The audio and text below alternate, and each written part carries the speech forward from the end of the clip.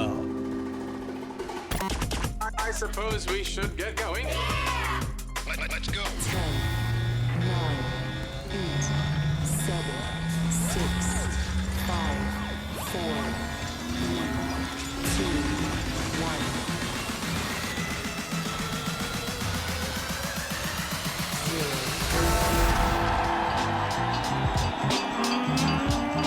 Man, it smells like a Monday in here.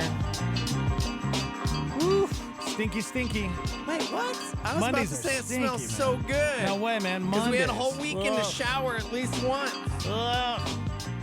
Mondays. I love the smell of a Monday. Yeah, last Monday was crazy. It was Yeah. so weird. Hopefully today's a little better. Good morning, everybody. Welcome to the show. I promise you guys, today's going to be great. I had a whole weekend to clean up my life. Yeah? So, yes, Yeah? it's going to be much cleaner. Clean up that dirty laundry? Yeah, everything. Good for you, Little man. backyard work. Yeah, I saw. You and the Jeter household Yeah. threw down in your backyard and put up some trees. Yeah. Did some brick work. Pretty cool. Heck yeah, bro. Dude, when you said that your kids didn't complain once, I was just going, oh, gosh, seriously?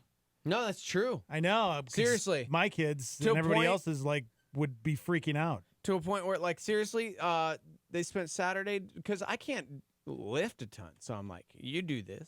You do this. Yeah, put them to you do work. this. No, dude, they spent their weekend, like, helping, and we did some landscaping in the backyard. And it was awesome. To a point where, seriously, I was like, Chrissy, I need to do something. They didn't even ask for anything. I didn't even tell them I was going to do anything. Oh. So, like, I'm going to buy them both a video game. Oh, my gosh. Wow, those Jeter boys. They What's it like to have great kids? I don't know, man. Oh, good for you. They're really good. My kids are good, too. They're good sometimes. Yeah. Welcome to Not the a show. competition, bro. Okay. Yeah, you're right. You're right.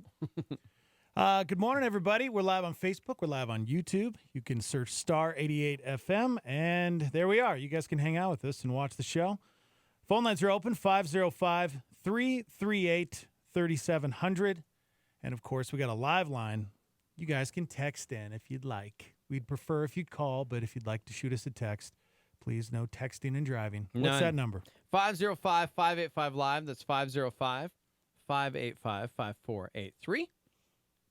Only takes one text, guys, to destroy your life That's or somebody true, else's. man. There's That's a big so billboard true. I saw Yeah. over the weekend when you're on I-25 heading south. It says, only takes one text message.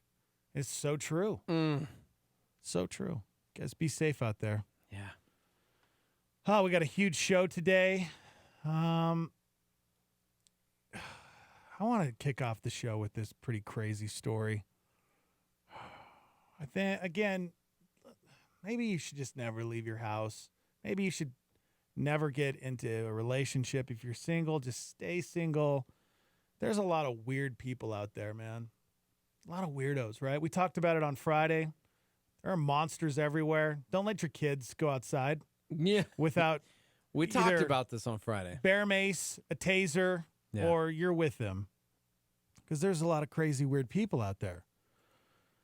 Well, let's meet this guy. His name's Roy. He's 51. Oh, Roy. He lives in England. Back in 2016, Roy was engaged. Her name was Kay Wimbury. Well, Kay decided that, you know what? Things aren't working out, Roy. She broke things off with Roy. Well, Roy, he couldn't accept that, so he continued to try to win Kay back. Well, it got so bad that Kay decided to get a restraining order on Roy. Can you imagine? Somebody got a restraining order on you.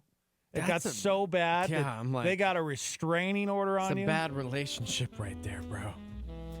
Well, Roy, he decided, you know what? I'm going to give it one more shot. And Roy decided to come up with a plan. He wrote her a letter pretending to be the ghost of her dead mother. Oh my gosh! Roy, you're going to get her back, Roy. You're going to get her. You're going to get her, man. In the letter, he told Kay she should get back together with Roy.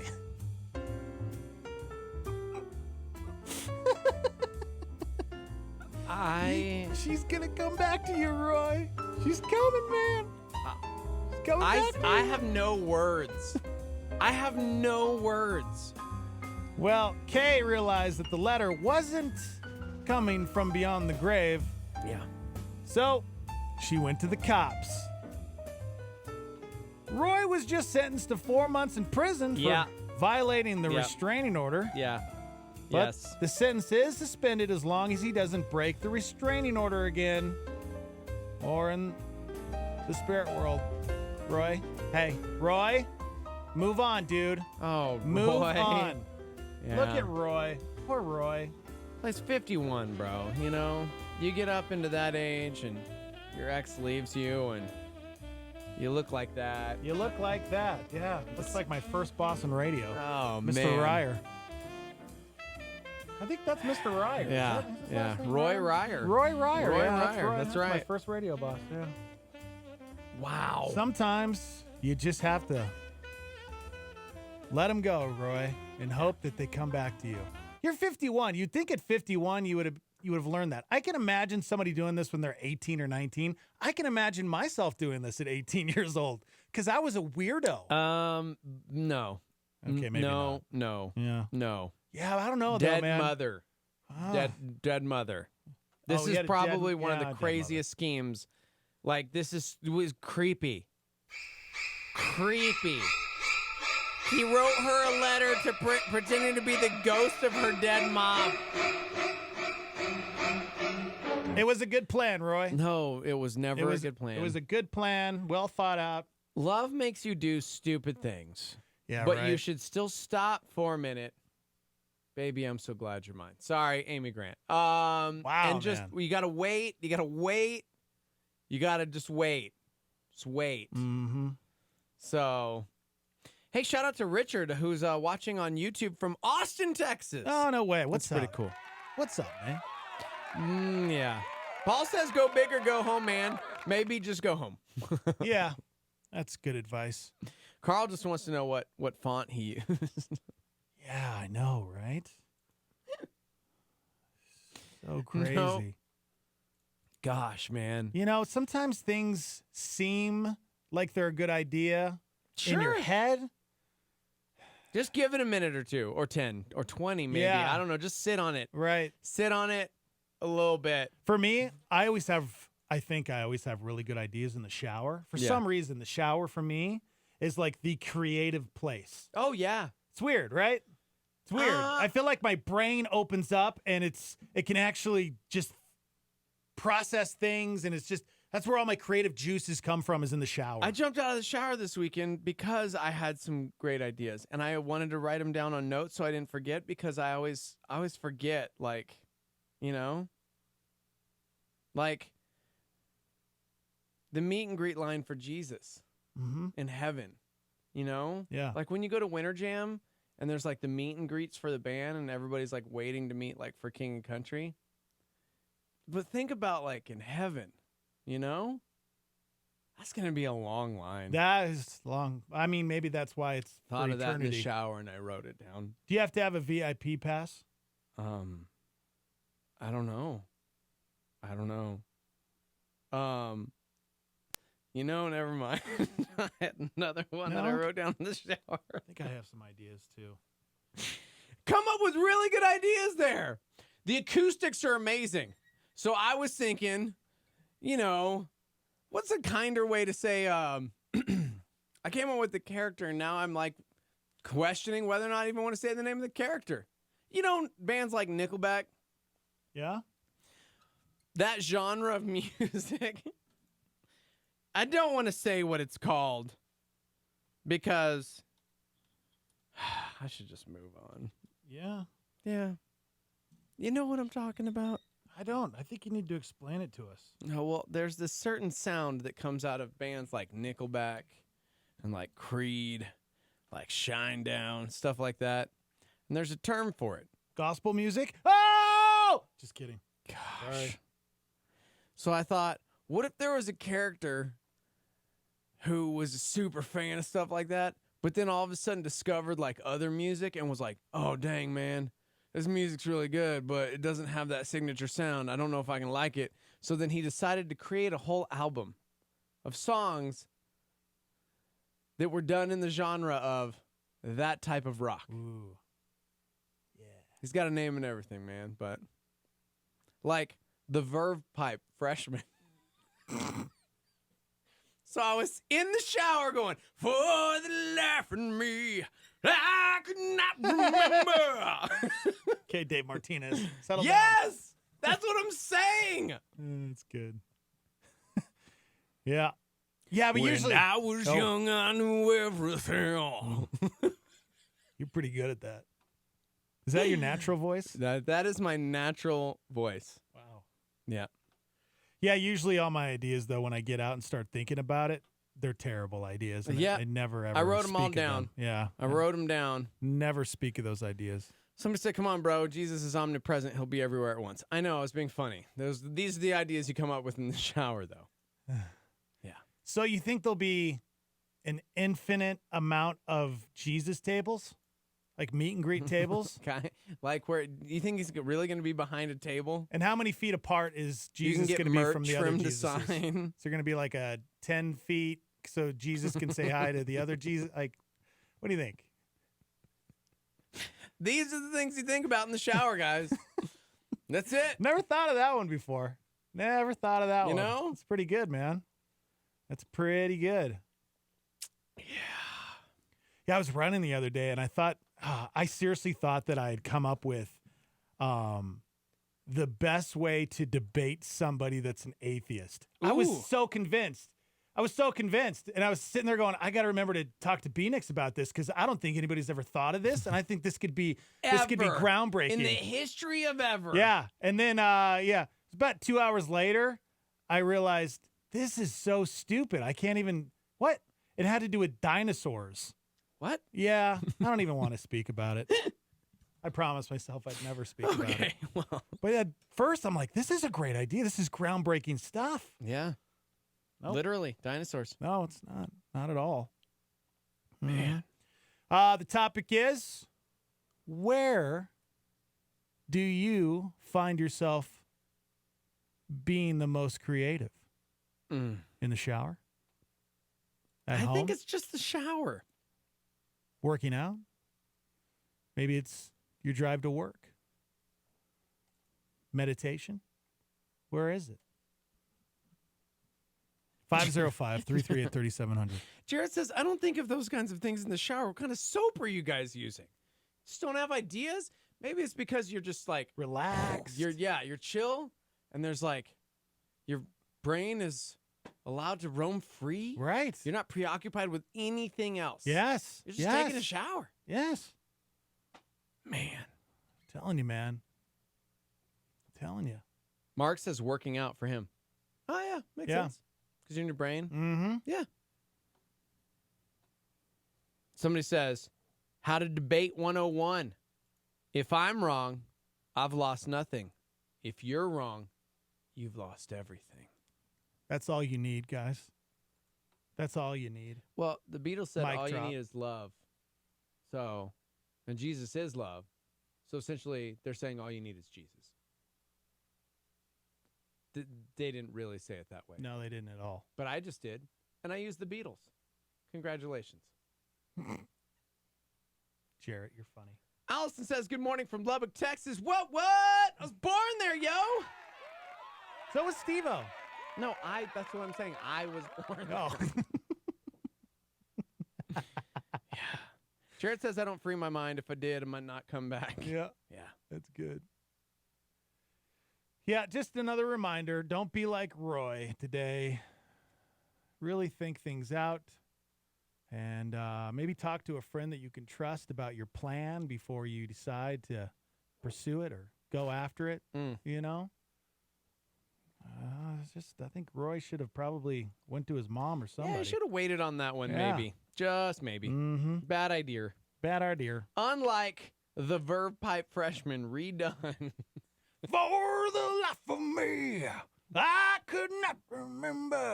Made us think that we were wise, but we Never compromised. I sang that song like 7 times over. The acoustics in the shower. We should start a band. We should start a band. We were merely freshmen. We were really freshmen. whole you, album, Roy. bro. That's for you, Roy. He also listens to the Wallflowers. One headlight.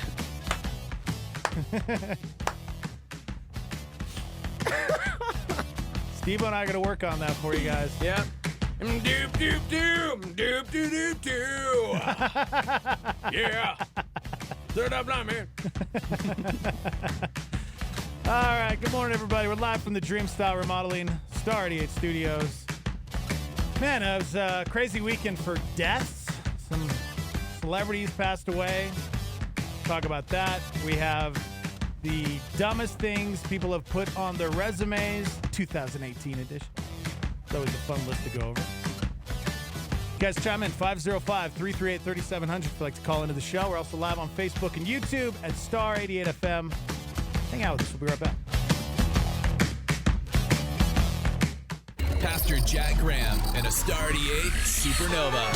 Some people like to talk about theistic evolution, the idea that somehow God used selective or random chance or the evolutionary hypothesis. It takes more faith to believe the evolutionary story than it takes to believe the Word of God. But some people want to say, well, let's accommodate this, that God perhaps used evolution to bring about mankind, and evolution to bring about the world. Well, think about that for just a moment. If man is evolving, he's still evolving. And if we're evolving into a higher and more noble species, ultimately, man will reach a plateau in which he doesn't need God. And many, of course, think that they've reached that plateau today. If we think that mankind is somehow just on a plane moving higher and higher and higher, eventually we would have to say there's no need of the cross, there's no need of salvation, there's no need of God. Catch Pastor Jack Graham, PowerPoint, broadcast weekdays at 10:30 a.m. on our sister station, KNKT. Carl Lentz on a solar flare. Who you are is not defined by what you do, but it is defined according to who Jesus is to you. That's a solar flare on Star 88. Philip DeCourcy warns us of the dangers of doing it alone. See, we're not to worry. That's what Jesus is going to argue. And the context was a discussion he had with his disciples about material possessions and their significance in life, what value we put on money, clothes, houses, things. Does that define our life? Is that where we get our security, our sense of well-being? Well, that's the question Jesus asked, doesn't he? In verse 24.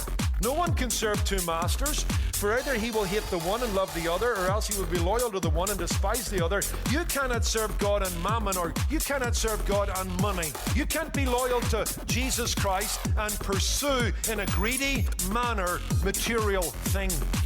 So the question Jesus asks before he gets to the issue of worry is money going to be your God, or is God going to remain your treasure? That's your PowerPoint on Star 88.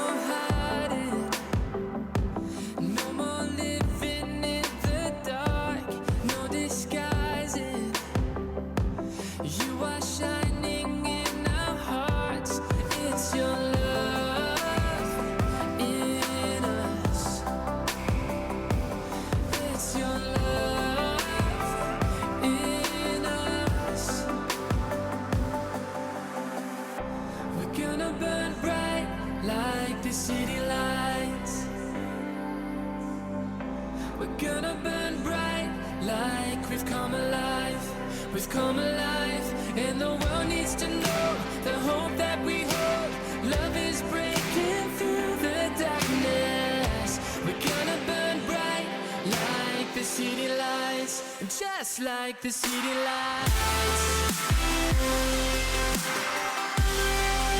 Just like the city lights.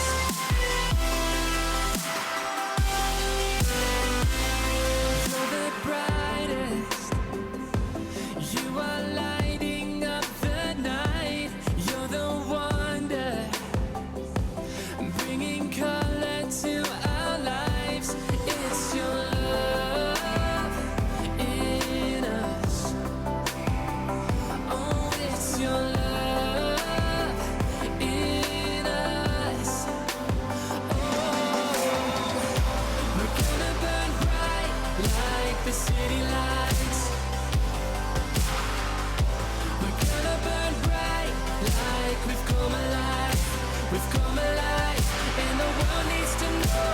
hope that we hold. Love is breaking through the darkness. We're gonna burn bright like the city lights, just like the city lights. Just like the city lights. Your love is a fire. Your love is a fire. We will never be the same, and our hearts cannot contain. Your love is a fire. Your love is a fire. We will never be the same, and our hearts cannot contain. Your love is a fire. Your love is a fire. Oh, we're gonna burn bright like the city lights, just like the city lights. We're gonna burn bright like we've come alive, we've come alive. And the world needs to know the hope that we hold. Love is breaking through the darkness. We're gonna burn bright like the city lights, just like the city lights. Just like the city lights. Just like the city lights. Just like the city lights. The city lights, like the city lights.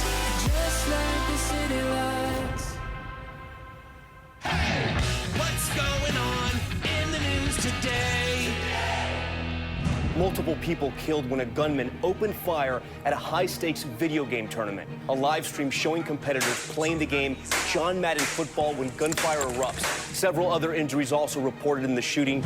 Goodbyes and grief across the country as people remember Senator John McCain and his service to this country. McCain died at home after a year-long bout with brain cancer, surrounded by his family. Among the eulogists, George W. Bush. According to the New York Times, former President Barack Obama will also be there. Hurricane Lane continuing to threaten the Hawaiian Islands. The slow-moving rainmaker swamping the state for several days. Neil Simon has died. He was born and bred in New York, but his work transcended the Broadway stage to film and even the small screen. The second weekend for Crazy Rich Asians was even more impressive than its first. The movie was #1 at the box office, bringing in $25 million. The Little League World Series championship. There you have it. Hawaii wins it. Hawaii is the best. Hawaii won? Hawaii won it all. I guess that kid from Canada didn't win. Yeah. Well, at least he made it. One of Luke's teammates on his club team, his mom from Hawaii, her best friend's kiddo plays for Hawaii. Oh, that's cool. So we were all like kind of rooting Hawaii this whole time, and it was like, oh, they're pretty good. Oh, they just beat South Korea and won it all. Wow. Good job. Good morning, everybody. Welcome to the show. Live from the Dreamstyle Remodeling Star 88 Studios. How was your weekend, guys? Did you watch the Logan Paul KSI boxing match? No one did. I did. No one did. I did. I did with my son. Wow. He was so weird. I was actually kind of shocked and surprised, though. I was thinking, okay, a bunch of YouTube stars boxing, this is going to be terrible. And honestly, it wasn't really that bad. I'm not a big boxing guy either. It was somewhat entertaining. For those of us over the age of 12 who has no idea what Dexter is talking about, over the weekend, 2 YouTube stars decided to box each other in a real boxing match live on YouTube. It was like a pay-per-view. Yep. That cost like $10 or something like that. Mm-hmm.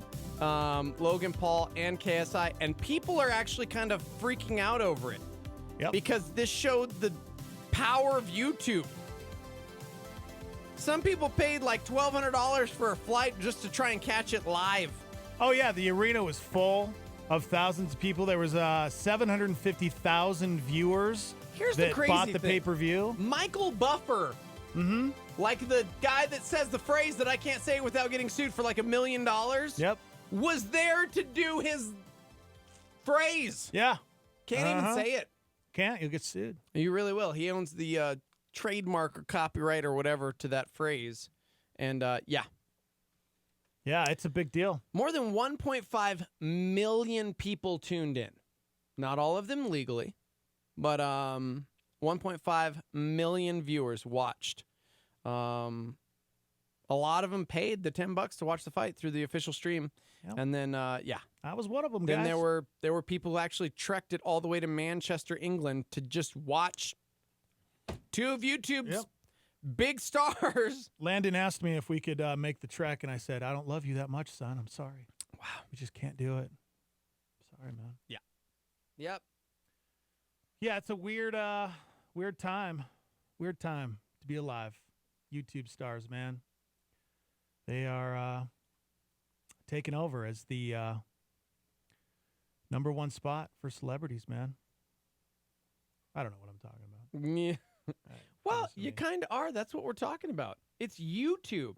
And before we write it off, we need to probably take note of the fact that, hey, 1.5 million people viewed this. A boxing match. Yeah. Between two random YouTube stars. People traveled from Dubai, from America, like all over the world to try and be at this boxing match because they're enamored with YouTube celebrity. Do you know anything about Logan Paul? He's dating Chloe Bennett. So he's the one. Not the best of dudes. So last year, do you Yes. remember he's the one who went and filmed the dead bodies in the Right. cave, and people were freaking out over Lost it. their mind. They thought it was super disrespectful. Right. Because he was walking on the dead bodies and he was making fun of them, and people lost their minds. But he has 50 million subscribers. It's ridiculous. Yeah. It's insane. Probably makes $500,000 a month on YouTube. It's just, so weird. But it was actually a pretty good boxing match, which ended in a draw. So there will be a rematch. Well, what people are taking away from it is traditional broadcasting. It's old and it's getting older. And they're saying, hey, this is dying out. And this is becoming the new way for everybody to do everything. YouTube's the number one search engine on the internet. Wow. Yeah. And now it's like, hey, they just streamed it on YouTube. And people paid $10 to watch it. Crazy. So what'd you do with your weekend, Starmy? What'd you do? Anything cool? You guys can chime in. We got a live line. You can text in. What's the number? 505-585-LIVE. That's 505-585-5483. If you want to hang out with us this morning. You can also catch us on YouTube. YouTube.com/star88FM. Shout out to everybody hanging out with us. Yeah. So we had a few deaths over the weekend. John McCain passed away at his ranch in Man. Arizona on Saturday after Yeah. a battle with brain cancer. He was 81 years old. McCain announced just a little over a year ago, after having surgery to remove a blood clot in his brain, he returned to the Senate where he was in his 6th term, but his health kept him away from Washington since December. And this guy was a hero, man. Yeah. This guy, he was a Navy pilot, and in October of 1967, he was shot down. He was injured, and he was a POW. He was captured by the North Vietnamese. He was a prisoner for 5 years, more than 5 years. He was tortured, and then he was finally released. So he had a lot of physical disabilities, and he's been in Congress since 1982. He served 2 terms in the House of Representatives, followed by 6 terms in the Senate, beginning in 1987. He ran for president twice, and he lost to Barack Obama, Who had a really great statement, actually, on the passing of Senator John McCain. Yeah. Because they were, I remember that election because it was so, man, at the time, it was kind of crazy for politics because Senator McCain had picked Sarah Palin as her running mate, and people either loved or hated her. They thought she was the extreme. Man, do they wish they had her back in comparison. But looking at it, it was a different time politically as well, because they could still run, people could run against each other and somehow be gentlemen. Yeah. I think the biggest one going around is the video when a woman accused Obama of being an Arab, and he took the mic from her. Did you see that? Oh, he took the mic from her and said, "No, ma'am, no, ma'am." And then he talked about how he was a family man, he was a citizen of this nation, and they just happened to disagree on certain things. And President Obama had this to say. He said, "John McCain and I were members of different generations. We came from completely different backgrounds and competed at the highest level of politics, but we shared, for all of our differences, a fidelity to something higher, the ideals for which generations of Americans and immigrants alike have fought, marched, and sacrificed. We saw our political battles even as a privilege, something noble, an opportunity to serve as stewards of those high ideals at home and to advance them around the world. We saw this country as a place where anything is possible, and citizenship as our patriotic obligation to ensure it forever remains that way. Few of us have been tested the way John once was, or required to show the kind of courage that he did, but all of us can aspire to the courage to put the greater good above our own. At John's best, he showed us what that means, and for that, we are all in his debt. Michelle and I send our most heartfelt condolences to Cindy and their family." That was nice. Yeah. I mean, a lot of people, of course, were saying some pretty great things, kind things about him, and it just shows, politics aside, the character of a man. Yeah.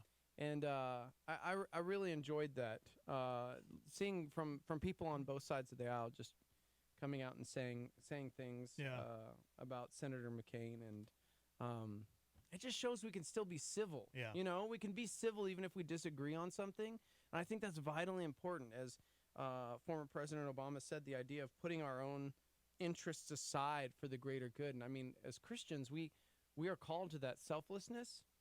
That's what it should look like every day. And so,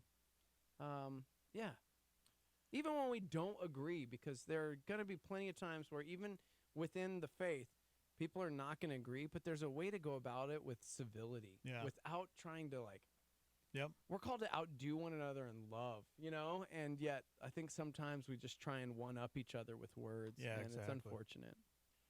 Yeah, another celebrity passed away. Lifestyles of the Rich and Famous. You remember this show? Oh, yeah. Are you kidding me? When I was a child? Yeah, I'm Robin Leach. Yeah, I used to watch it all the time and just think, oh, man, I just hope Robin Leach shows up at my house someday. The giant check in his hand. Wait, is that Robin Leach, or is that totally wrong Publishers dude? Clearinghouse? That is, wrong guy. Yeah, Robin Leach, he passed away over the weekend. He was 76. Guess he'd been struggling with his health since having a stroke last November. He'd been hospitalized ever since. And he had a second stroke last Monday, and he went into hospice care shortly after that. Lifestyles of the Rich and Famous ran from 1984 to 1995 and showcased the extravagant lifestyles of wealthy entertainers, athletes, and business moguls. Crazy, man. 76 years old. Robin Leach. Then we had another one pass away. This is crazy. They come in threes, they say. They come in threes. Playwright Neil Simone died. Neil Simon. Darn it. It's Neil Simon, bro. Neil Simon. I have no idea who this guy is. Really? No. Okay. He was 91 years old. So he lived a pretty long life. He died from complications from pneumonia. And, I guess he also had Alzheimer's disease. And he was very successful and a prolific playwriter of the 20th century. I guess his screenplays include The Odd Couple, Sweet Charity, Last of the Red Hot Lovers, The Heartbreak Kid, The Sunshine Boys. But he's got a giant list. So 91 years old, Neil Simon. Man, it was a very difficult weekend all around. They mentioned this in the news at the break, but we also had to see yet another shooting go down. This time at a Madden tournament? An esports tournament? How old was the kid that did it? Now I have to go down. 24 years old, David Katz from Baltimore, Maryland. He was himself known in the Madden community. He was a Madden gamer. 3 deceased individuals located at the scene, 1 being the suspect, 13 victims, 11 with gunshot wounds. Yeah. So, looking at that, and it's going, what? And in fact, there was a kid who was competing in the tournament who had gotten knocked out the round before, who was just kind of sitting there because it was all going down like in this, almost like a pub, and heard the gunshots, left his cell phone in his backpack, jumped the fence, and ran away. He competes out of Santa Fe, New Mexico. Oh, wow. Yeah. You're down there for this huge Madden tournament. And, of course, as the shooting unfolded, like this was something that was being streamed on Twitch at the time. Jeez. Yeah. So they still don't have much as far as details or information as 11 to people injured motive. or something like that? Yeah. And three dead, including the shooter. Gosh. From a self-inflicted gunshot wound. So. So I know. So. Yeah. What a weekend. Yeah. Why? That's the thing. When these things happen, it's like, why? Yeah. Why? A video game tournament. And not even like, and all this aside, because you never want to get into this conversation, but it's like violent video games. But they were at a Madden esports tournament. Yeah. This was a Madden tournament. So, I don't know, man. I'm sure we will get more and more information as the day unfolds. Yeah. Yeah. 505-338-3700 if you'd like to chime in. We're also live on Facebook and YouTube at Star 88 FM. Coming up later on, 8 o'clock hour, we're going to talk about kids getting in trouble already in school. Oh, really? Yeah. Kids getting in trouble. I got a couple stories. Some poor kid got in trouble for calling his teacher ma'am. Actually got suspended at school for calling his teacher ma'am. Yes, ma'am. He got suspended. Like, what? Got suspended? Some ladies don't like that. Some ladies don't like to be called ma'am. This is real life? This is real life coming up. Wow. Isn't that crazy? About that. Yeah. I've met some ladies that didn't like that because it makes them feel old. Yeah, this weekend I was at I was getting stuff for landscaping, and there was an older gentleman in front of me, and I was kind of pushing the cart, and he's like, "Are you trying to get in that line?" And I said, "No, sir," because I was waiting for the boys and Christy. They were coming up with like soil and stuff. And Did he say, "How dare you?" He goes, "Call me sir." He goes, "Sir, I didn't realize I grew up." But we're talking like, this dude was like in his 80s, like older gentleman, and it was hilarious. He had a really good attitude about it, but I was just like, "Oh, I call it everybody sir." Yeah, I'm the like same that's way. just kind of the way I grew up, but Mm-hmm. yeah. And so it was really funny. Sadly, we have to report this. I don't know if you saw this. Kyle Pavone, he's the lead singer of We Came as Romans. Yeah, I did see that. Yeah, dude. Yeah, I saw that over the weekend. They were a happened? metalcore band. No cause of death revealed, but I saw this. Sonny Sandoval, lead singer of POD, posted something. But yeah. Are they 28 years old. Are they a Christian band? I think it was one of those like Christians in the band, but not necessarily a Christian band because I can't remember, so I don't want to say yes. Because I know that there are Christians in the band, but yeah, I don't want to say Christian band and then cause somebody to, Yeah. 28 years old, huh? Yeah. What was his name? Kyle Pavone. That's too bad. Yeah. Well, we Michigan can metalcore speculate band. on, how he died. But Yeah, no cause of death revealed. Gosh, yeah, everybody was devastated over the weekend for that as well. So, jeez, man. Mm-hmm.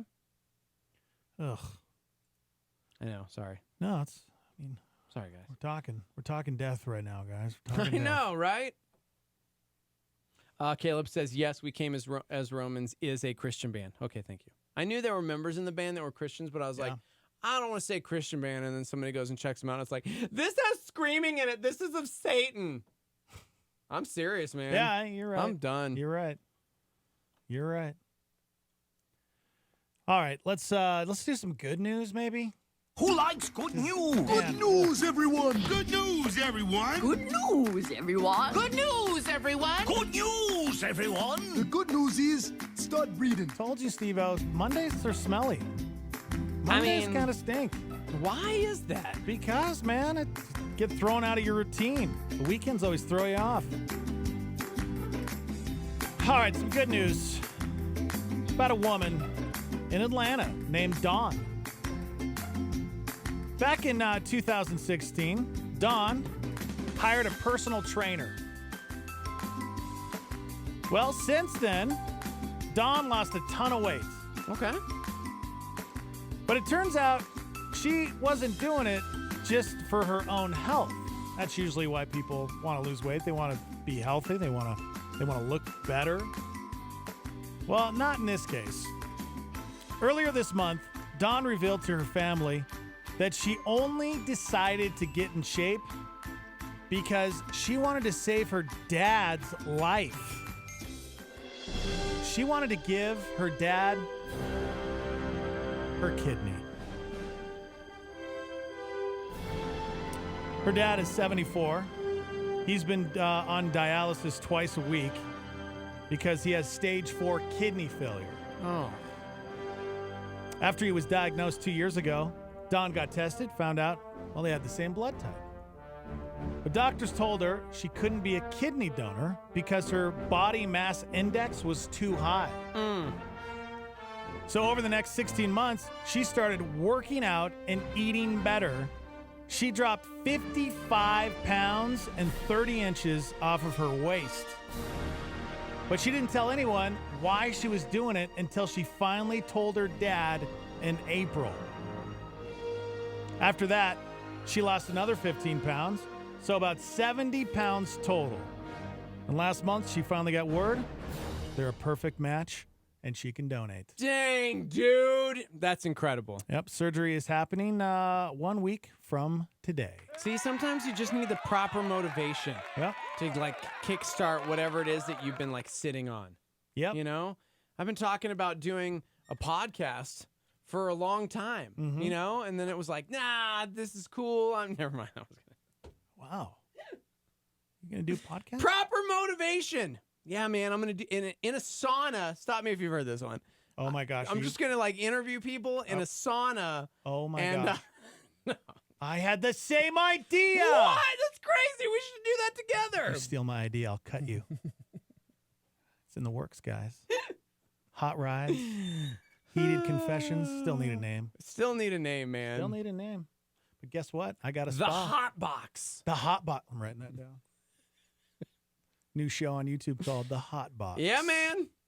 It's going to be great. Join us. Down. Yeah, I said us. No, you're not in it, bro. Yeah, I know I'm in it. No, you're not, because Yeah. I brought it up a while What if back. I'm like and the you were man on the scene? I'll be outside the No. sauna, and you guys No. can kick it out to me because Oh, I you don't can want be to one go of my inside. guests. I'll You know? I'll schedule in Wow. as a guest. Wow. You know, but other than that, you made fun of it, and you know, I just want to prove you wrong. Okay. You know, I actually have I have a sauna already. No, you don't though. You No, don't. I do. No. I have, Jordy's buying one for us. Hey, but- man. Hey. Oh, what? You don't know all the details because you're not a part of it. All right. Mm. You already said you wouldn't be a part of it because it's a dumb idea. That's true. That's right, man. That's so true. That's right. We'll see what happens. Mm. Hot box, huh? It's pretty good. Yeah. Yeah. So you know what? Go out and give a kidney today. If there's one thing you got from that, Go ahead. yeah. Actually, there's so many people on dialysis right now. I can't even imagine. That's not a fun time to go in every week, multiple times, and get hooked up to a machine. That's not fun. But people do it to survive, and a lot of people donate. And that's the thing. You have to be. You can't just go in and have major surgery if you're overweight. It's too risky. So this one was like, you know what? I'm going to save my dad's life. I think it's incredible that she didn't say anything until she actually lost the weight. Yeah. Which in turn might have saved hers. Yeah, exactly. You know what I'm saying? Yeah. You're right. A lot healthier. Mm-hmm. If I needed a kidney, would you give me yours? How many do you need? Just one? You just need one, bro. All right, I'll have one and you have one? Mm-hmm. Sure. But then if for some reason that one shuts down, then that's why you have to go in and go on dialysis. You have to get hooked up to the machine. What if I give you one and then I need the? Can I have it back? No, you got to get put on a waiting list, man. Oh, wow. But I would imagine in your position, we'd be able to get you a kidney pretty quick. Oh, cool. Yeah. Just one of your kids, man. It's easy. Yeah. That's why you have kids, right? Just in case. Right. Kidneys. You need a body part or something? Duh. See, that's why they named kidneys. Yes. Yeah. Yes. Good morning, everybody. Welcome to Monday, August 27th. Gosh, man, Christmas is right around the corner. The year's almost over. Thanks for joining us on Facebook and YouTube at Star 88 FM. You guys can watch the show. And you can chime in, 505-338-3700. Also text into the show on the live line. What's the number? 505-585-LIVE. That's 505-585-5483. Yesterday was National Dog Day. Did you post a picture of Rocket? I did not. Oh, my gosh. Poor guy. Whatever. Jeez. Got a bunch of stuff on dogs when we come back. Dogs. We'll be right back. Hang out.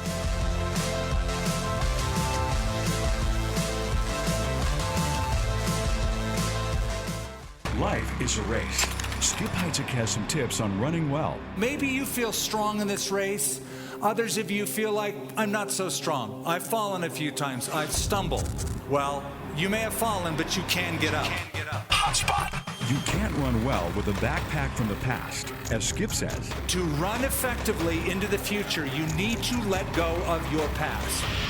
You need to let go of it. Let go of it. Want more from Skip? Visit connectwithskip.com. Finally, stay on the track, get in shape, and press on. I wonder if our lives would be different if we put as much dedication into our spiritual life as we put into golfing, fishing, shopping, social media. Skip reminds a glorious day awaits. One day, you're going to cross the ultimate finish line by death or by rapture. And you're going to be met there by your coach, Jesus, who will receive you into his eternal home. Hotspot. Tony Evans. This is a Star 88 Supernova. Let me tell you why sheep need shepherds. Sheep need shepherds because sheep are among the dumbest, most stupid, among the most ignorant of all of God's creation. I was talking to a gentleman one day who runs a sheep farm. And he was telling me how utterly stupid sheep are. He was explaining to me that one sheep will begin going and walking around in a circle. The other sheep will follow it. The leader is going nowhere, and the followers are going nowhere. Everybody thinking they're going somewhere. That was Pastor Tony Evans on a Star 88 Supernova. KLYT, Albuquerque, Santa Fe is Star 88. That's our story, and we're sticking to it.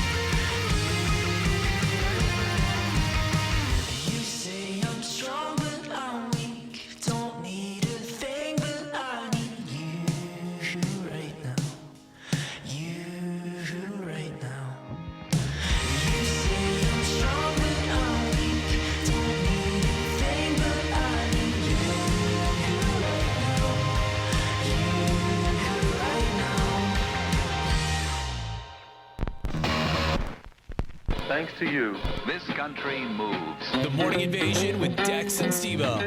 We keep things moving. Thank you. Thank you.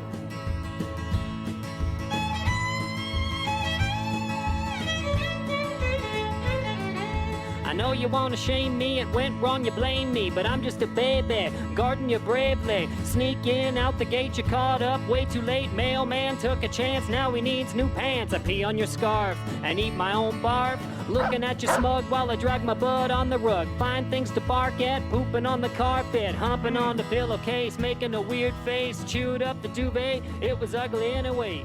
Beautiful, beautiful. Yo-yo dog. Everybody loves dogs. Everybody. I mean, everybody. You wouldn't leave me if you cared. I chew chairs when I'm scared. What up, dog? Leave anyway. Be no trouble if you stay. It's my house. Get it straight, but it's the rent you gotta pay. Americans love dogs, Steve-O. Americans do love dogs. I chew shoes, steal booze, drool, and eat cat New survey food. asks people a simple question. Do you love dogs? And in every single state, the majority of people said yes. Yes. Define love dogs. Yo-yo dog. You know what, Nebraska? I can't. Except Nebraska? Nebraska, what's up? Only 48% of people love their dogs in Nebraska. Who hurt you? Nebraska, let me ask you a question. Who hurt you? Who hurt you? Maybe What it's happened? because they're farmers. Like, listen. What happened? This weekend, we planted an apple tree. Oh, gosh. We planted raspberry bushes. Mm. All right. And what does Rocket immediately want to do? Oh, he's just going to eat them? He's just going to jump in these planters and start trying to dig everything up because dog. So I support Nebraska in one sense. Maybe maybe they got into the crops, the dogs did, and started like digging everything up. And you can't go for that. Yeah, you can't go for that, man. Get out of here with that. Let's see. The 5 states with the highest percentage of dog lovers are all outdoorsy states. Oregon. Not in the top 5. Washington State. Washington. Washington, yeah. California. Yep. Yeah. Lots of dog walking. New Mexico. All the not hiking. top 5. Not top 5. No. We didn't make the bottom of the list, so that's good. Oh yeah, it's because we love dogs. We love dogs. Tennessee. Oh, okay. Mm-hmm. That makes sense. All right. Where else is there a lot of walking going on? I give up. New York, which is kind of surprising. Duh. New York. Nah, man. That's crazy. People don't to really me, have but, their backyards though right, in New York, right? But that's why it's crazy to me. You see people walking dogs all the time, and they've got these little apartments. Like, there are professional dog walkers out there that make stupid amounts of money. Yep. Because they, live in these apartments. Nobody has a yard, and so then you can get a job like just walking dogs, making 6 figures. What up, dog? Jeez. That's cool. It's a good life, right? Yeah. Especially if you love dogs. I mean, that's basically your resume. That's your whole resume. Yeah. I can walk dogs. I walk dogs. I walk Okay. dogs. I love dogs. Florida was also in the top 5. Yeah, makes sense. And the 5 states with the fewest dog lovers are Nebraska, Idaho, Maine, Vermont, and Rhode Island. See? That's because they all like their stuff. Yeah, right? So selfish. They don't want dog hair everywhere. Ugh. Who cares? Guys. Cover me with that dog hair. Cover it. Actually, yeah, Vader, he covered me with dog hair. I think I wore this over the weekend. Yeah. Anyways. Did you hear about this? There is a marketing company in Minneapolis. It's offering employees fraternity leave. Fraternity leave. Oh, gosh. This is the dumbest thing. No, it's not, I've Steve-O. ever heard. It's a week of work from home days to help new pets adjust. So if you get a new pet, you get fraternity leave. Yeah. They announced it on their website that it had adopted a company-wide policy of allowing employees to work flexible hours from home for 1 week when welcoming a new puppy or kitten into their homes. You know what? I'm actually going to take that back. That's a fantastic idea. Heck yeah, it is. I'd probably own a second dog if that were a thing. I'm serious, man, because I would freak out and we don't have time to acclimate him. So I'm like, nope. Yeah. I can't train this dog. Yeah. Nobody's going to take a week off of work to train it. Wait, you're going to pay me? Yes. Yeah, right? Yes, I will. Now my kids will stop nagging me for another dog. Part of embracing employee satisfaction as a business priority means recognizing important life events that happen outside of the office. That's what the CEO of this company said. If we want to continue to set the example as a top workplace, it is crucial to offer innovative benefits that help to preserve the work-life happiness of our employee owners. I love everything about what that CEO That's said. crazy. Yep. Yeah, I guess it was inspired by Connor MacArthur, senior account manager at the firm, who asked for a week of flexible hours when he got a new dog in May. I think being able to be home and being able to have that flexible schedule the first week really allowed Bentley to understand his new surroundings. Bentley, give me a little fella. Aw, you a good boy. You a good boy? You a good boy? Love that, man. I love it. I love it so much. Except Vader kept me up snoring all weekend. Ugh. He sounds just like Darth Vader. It's ridiculous. Yeah. Let's see. I think I had one more stat on. Oh, okay. Let me ask you a question, Steve-O. How often do you wash Rocket's water bowl? Okay. Or food bowl, I guess. Either one. How often do I wash my own water bottle? That'll tell you. Oh. You know? Never! Are you supposed to wash their water bowls? Gosh, you are not a responsible dog owner. I had no idea either. Okay. It says here, how good are you about washing your pet's food and water bowls? Because apparently we don't do it nearly enough, according to experts. Great. They say you should be washing them every day Okay. in hot, soapy water. That's stupid. Then letting them dry before you use them again. On top of that, you should disinfect them by running them through the dishwasher or soaking them in bleach water at least once a week. If anybody's out there that does that, please text in or call us. I want to know. I really want to know. I want to know if anybody's the quote responsible pet owner. Every single day, do you guys wash your pet's bowl? I don't even I have a water glass. I use that thing for days. Yeah. No. I think I've washed this thing once since I've had it, and I've had it for like a year, my water bottle. Paul says it gets washed every time I refill it. Yep, I got some fungus growing in the lid, that's for sure. Britt says Jakin doesn't even get that treatment. Are you kidding me? Yeah, right? I'm not even doing that for children. According to the National Sanitation Foundation, or the NSF, food and water bowls are one of the top 5 most germ-covered spots in most homes. And it doesn't just affect your pet's health, it can affect your health as well. Okay. How so? Well, because think about it. They track it all over the place. They like to lick you. So if they're licking out of that water or food bowl that you haven't cleaned ever, then they're licking it on your face. Yeah, or but some people make out with their dogs. I was It's just really about to weird. say, dogs' water bowls are the least of my concern with my dog's tongue. You know what I'm saying? Mm-hmm. I want my dog. He's a cleanly dude. Does he eat his own poop in the backyard? No, gross. No. I mean, maybe. I'm not home during the day. He could. That's so weird when He's got dogs plenty do of that. food and water. Vader does that. He take him on walks and he eats other dog poop. It's so gross. Yeah. Oh gosh, and I love when Vader licks me on the cheek. I'll let him lick me on the cheek, but now after that, no. Gill. Okay. Gosh.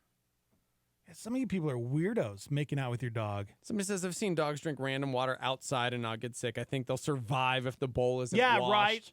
Yeah, but that's the thing. Honestly, I get it. It's probably mostly for our health. Okay. Not necessarily the dog's health, but dog will be fine. Dogs don't get sick all that much. But Somebody maybe says- what if dogs do get sick all the time? We don't even realize it. Somebody said, it's just like your own dishes, guys. It's standing water and it cultivates germs even from your pet's backwash. Got to wash their bowl regularly. Wow, man. said one person ever. Yeah. Yeah. Has anybody texted in or called? Oh, I don't know. Maybe. No. Still waiting for one person. If anybody's out there that actually does this every single day, we want to know from you. Mark says, next thing you know, they'll tell me to wash my kids' plates. Ugh, thanks, millennials. Yeah. Good morning, Starmy. Good morning. Good morning. When you moved in, we made an agreement. What? That every other day, if not every day, you would be cleaning Lily and Dexter's water bowl and food bowls. Lies. You're not doing that? Are you telling me that you're not doing that? Lies. Every day. This is every single day. Every day. You promised. What? Man. You promised. Come on. That was Jake who promised that. I would I never do got a that. signed contract. Whatever. Incredible. Whatever. It's Jake's job. Those aren't my dogs. I take care of those dogs, by the way, all the time, all right? I pet. Okay. You know what, caller? Don't ever call again. 505-338-3700. Sorry, I kind of lost. It's okay. Control there for a second. Yeah, according to the NSF, you should wash your pet's bowls every single day, not just for their health, but for your own health as well. Because they track that stuff around, man. They track them around. Do you make sure Rocket takes his shoes and socks off when he comes in from the backyard? Huh? Gosh, Yeah? this weekend with all the rain, I was definitely wishing he had that. Yeah, right? Gosh. Kept running around the house with like towels. No! No! No! How dare you? Yeah.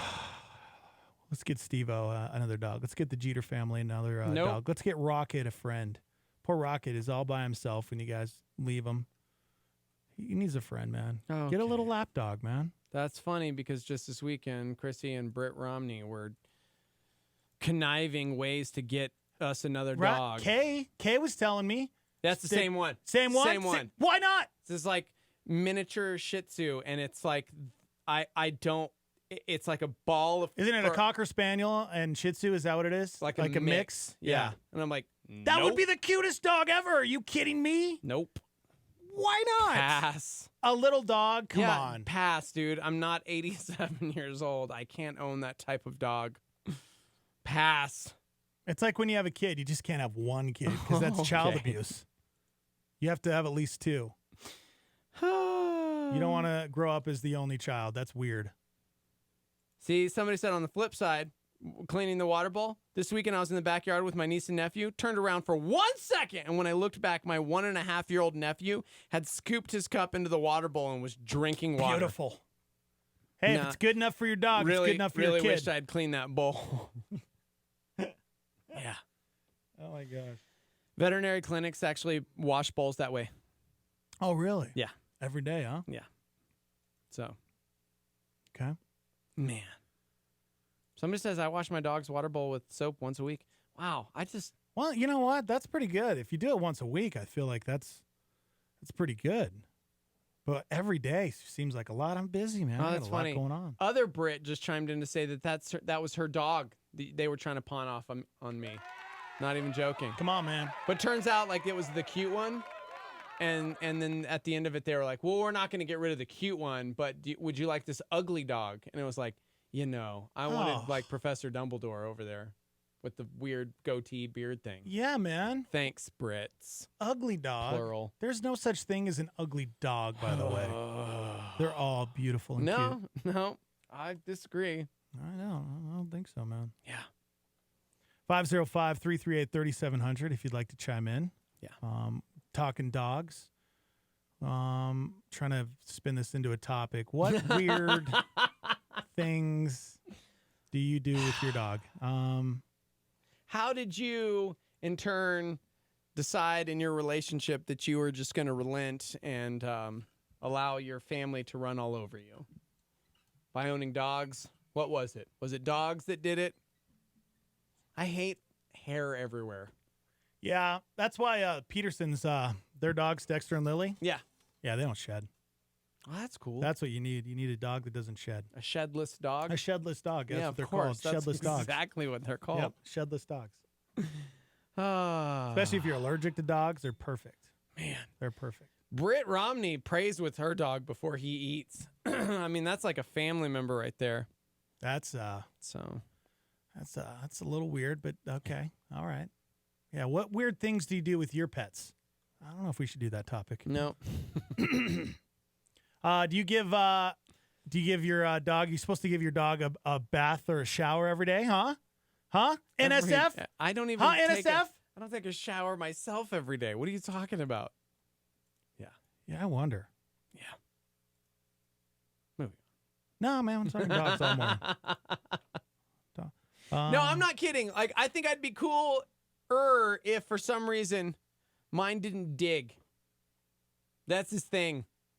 And so this weekend we're planting trees and everything in our backyard. I'm going, how long till he digs this up? Did you put any sort of fence around the trees? Like chicken wire. Okay, good. Yeah. I was going to say. We ain't no dumbs. Good morning. Good morning, fellas. How are y'all doing? Hey, Wooly. Happy Monday snap. from Happy Denver. Monday. Hello. Happy Monday. Hello. How is y'all Denver? Were talking about Yo-yo dogs. dog. Oh, yeah? Oh, yeah. What's up, Collie? Denver's so good. Y'all were talking about dogs, and I was just thinking, at seminary, we can't have dogs, and I had to call in and just let it be known. Life without a dog is rough. It's really rough. Okay. Did you? Okay. That's it. That's all I got. But hey, it's a good Monday. It's a great Monday. It's a great Monday. Yeah, it is. It's a great Monday. And if you got it, it's a great Monday. Hey. If you have a dog in your life, it's a wonderful thing. And I love you guys. I love Happy you Monday. too, Thanks man. for putting a smile on the faces of people in New Mexico. Love y'all. That's cool. Thanks, Wooly. See you, man. Oh, I love that. 505-338-3700 if you'd like to call into the show. Got a picture of Pepper, baby Yorkie, right there. Oh, dude, baby Yorkie. See, that's another one. That's a shedless dog, I think. Not going to happen. Is that a shedless dog? Not going to happen. No? No? It's probably going to happen. Ugh. All right. I don't want it to. Compromise. I have one more dog story. Okay. To celebrate National Dog Day. It was yesterday, but you know what? Hey, we didn't get to do the show yesterday, so it's National Doggy Day this morning. What do you think about this? An emotional support animal on United recently had its own support animal. Come on, Okay. man. Okay. I just want to punch myself in the face. This is where we are in culture. Tell me the story. Oh, gosh. There was recently a case on United where an emotional support animal had its own emotional support animal. That's right. One animal was supporting a person. The other animal was supporting the first animal. Okay, well, we know the animals were a dog and a monkey, but we don't know which one was supporting the other. But we do know that United is so worried about bad press after their mistakes in the past few years that they let it happen. They let it slide. So we have a dog and a monkey. We just aren't sure which one was supporting. Was it the monkey supporting the dog because of the anxiety of the dog? Do people do this to try and like just get their animals on? Of course they do. Yes. But my guess, the monkey probably was supporting the person. No. The dog was supporting the monkey. The monkey is definitely like a human because that's where we come from, remember? Oh, okay. And so the monkey was supporting the dog. You know what? Guys, that was a joke, by It's the a way. good I want to argument. clarify. It's a just good in case argument. you're just tuning in, don't know that I'm sarcastic. I can go either way, wanna man. Bum anybody out with that one.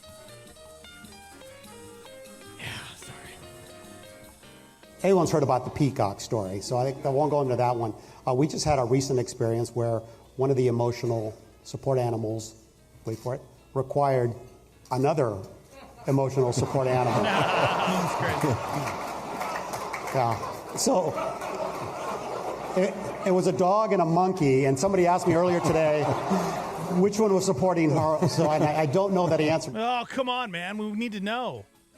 We need to know which one was supporting who. Come on, man. I always wanted a monkey. The topic is, what have you done to get your pet on an airplane? Yeah. Right? Yeah, people do it all the time. That's so weird to me. Emotional support animals, man. I just want to know how they have a monkey. I always wanted a monkey. Me too, dude. I'd get a monkey to hang out with Rocket all day. What kind of monkey, though? Chimpanzee? No. You want like Bubbles? Michael Jackson's no chimp? No Bubbles. No Bubbles? No, I'm thinking like Marcel. Marcel? From Friends. Yeah? Yeah. Yep. Yeah, man, I don't know. I don't want an animal that's stronger than me. That's my rule. No orangutans. No orangutans. No gorillas in the mist. No. No, we know what happens. You know? You're giving your gorilla medication. Next thing you know, your arms are getting ripped off. It's happened. That's real life. The topic is, what would your emotional support animal be? Okay. Peacock? Pass. No? Hard pass. Somebody says everything about this is so stupid. The fact that emotional support animal is the phrase that even gets used is pathetic. The level of sadness we've descended to, ridiculous. Thanks, Looper. Somebody says, dude, no. Monkeys freak me out. What? How do they freak you out? Imagine being on an airplane with a monkey. What do you do? Ugh. You seatbelt the monkey in, dude. That's what you do. They're basically humans. Yeah. You give them snacks. You give them pretzels. And they love Sprite. I don't know why, but they love Sprite. What? Yeah. It's incredible, man. Yeah, I have no problem with the whole emotional support animal. If it makes you feel better and you have anxiety flying or whatever. I mean, look at it. People with PTSD, soldiers, they use dogs for yeah, no, absolutely. emotional support, and it's been amazing, you know? We've But had yeah, Paws there are a and lot of- Stripes on here a couple times. Yeah. Great organization. But no doubt about it, there's a lot of people that just use it as an excuse to Which take is their dog. unfortunate. Yeah, because it actually costs a lot of money to fly a dog. Yeah. And if you put it down as your emotional support animal, then you don't have to pay. It's crazy. A fox. A fox would be your emotional support That's, animal? not me. Remember the Starmie. Yeah? Yeah. Okay. It's a pretty good one. How about a pack rat? Somebody says I was on a plane last week. Full-size Labrador. Like, do they have to buy it its own ticket? How does that even work? I don't think so. Mm-mm. Full-size lab? So does the lab have to sit on your lap? Is that what I'm happens? saying, man. That's what I'm saying. Oh, I can't wait to ask Phoenix. Yeah. Phoenix, what would your emotional... Oh, were you taking a picture? What were we doing? Come on, you can't just come in when we're on the air and not expect to be on the air, dude. Yeah, bro. Hey, guys, I was taking a picture for an article that I happened to write about you guys that Steve-O never got back. So Steve-O may not make it this article, but I was going to take a picture of you guys working. Can I answer Steve-O's questions? Yeah. Okay, I'll just send them to you in a little bit. No, wait, I can do that No, it's cool. now. You're busy, man. It's Sorry. cool. You know, when I'm off work, normally I don't like to deal with work situations. That's you know, cool, like man. But we've people been doing this email for me 3.5 things. weeks. It's been about Steve-O. 4, maybe 5 You know, weeks. late Maybe at 4 or night, 5 weeks. Trying to watch a movie with my wife, my phone's blowing up. Yeah. For 4 or 5 weeks, you know, we've I'm been off working work. on this article. Leave me alone. So Steve-O took 4 or 5 weeks off to watch a movie. Yeah. He did. He did. Sorry, guys. I literally just came in to take a picture of you. That's all right. What would your emotional support animal be if you could choose one? Well, first of all, you know, let's get a couple of misconceptions that I heard this morning. Some people were equating monkeys and apes as the same. Biologically, they are not. They're not the same. See? They're not the That's same. why we need him. That's why we need him. Monkeys and apes are, you know, biologically similar, of course, but they're not the same. Okay. Yeah. The main difference between them is that monkeys have tails, apes do not. Oh, okay. So All right. chimpanzees, orangutans, gorillas would be considered apes. Okay. And monkeys would be like spider monkeys and things of that nature. So you cannot qualify all primates as monkeys. Gotcha.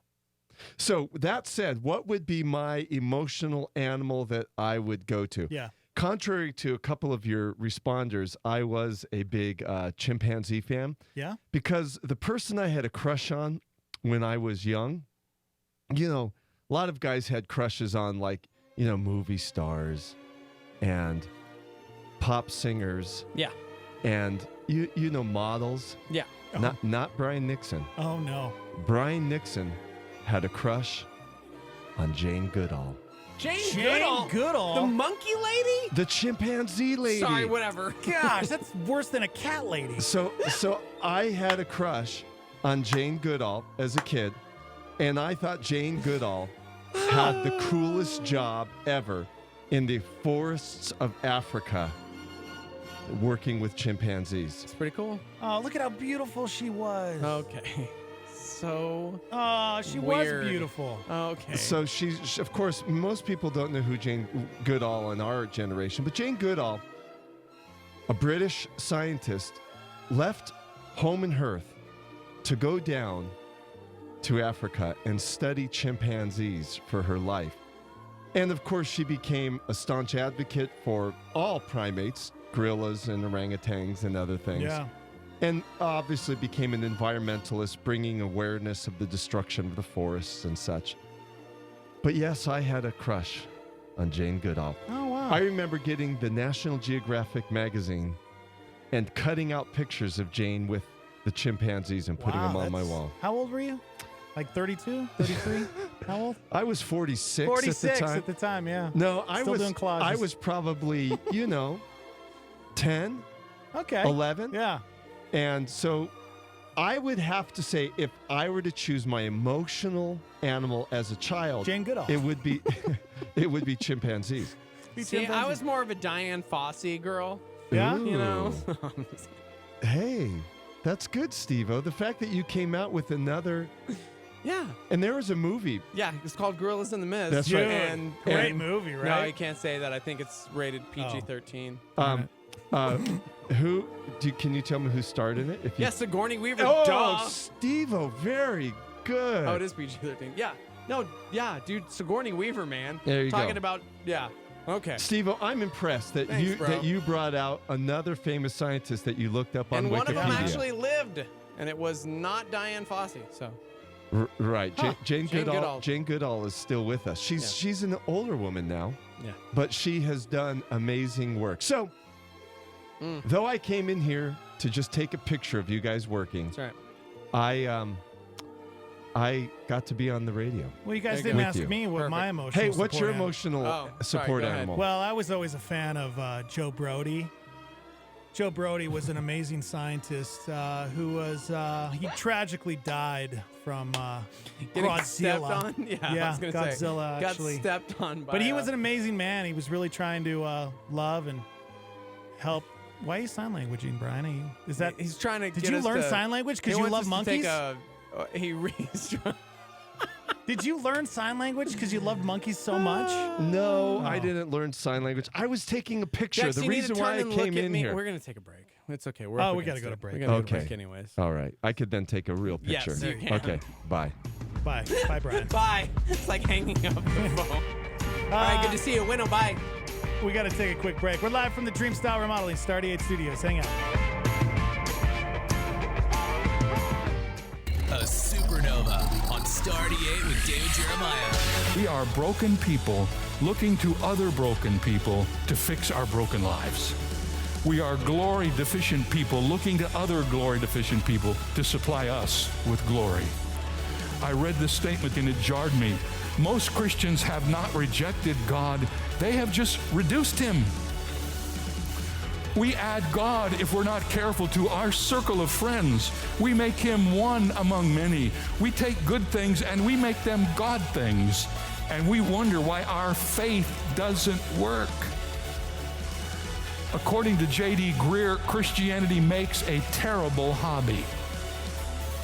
The God of the Bible demands our highest allegiance, our total adoration, and our unconditional obedience. Turning Point with David Jeremiah. Don't miss it on our sister station, KNKT, weekdays at 11 a.m. on 107.1 FM. A solar flare on Star 88 from St. Augustine. If you believe what you like in the Gospels, but reject what you don't like, It's not the gospel you believe, but yourself. A Star 88 Solar Flare.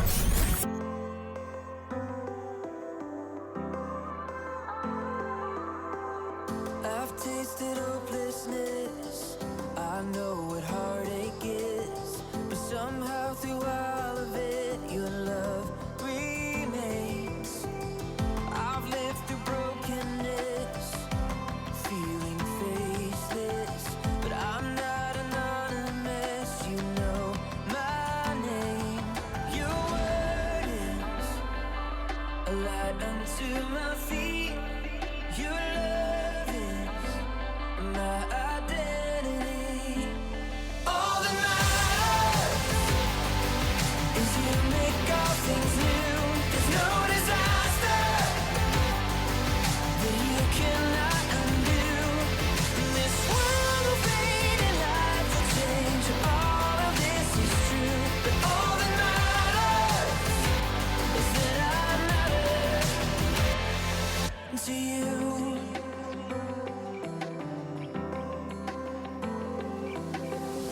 You've counted every breath, each hair upon my head. You know exactly who I am and will always.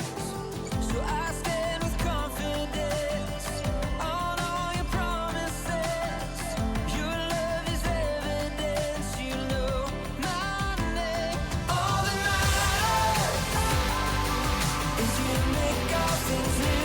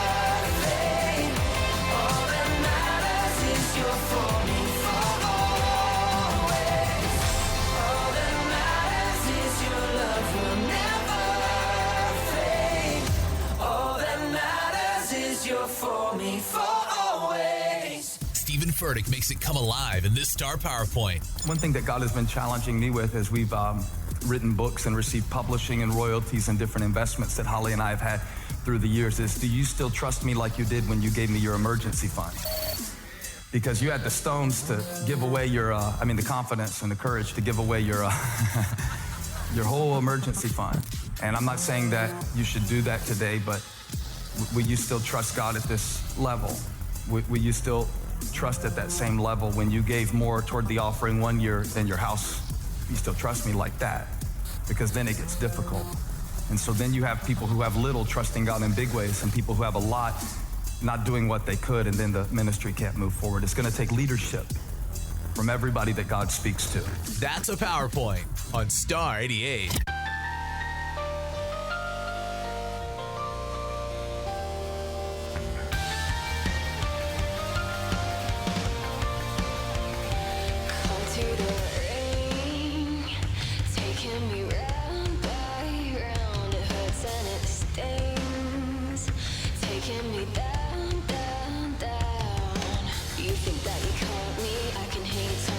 Fractured and falling down. My enemy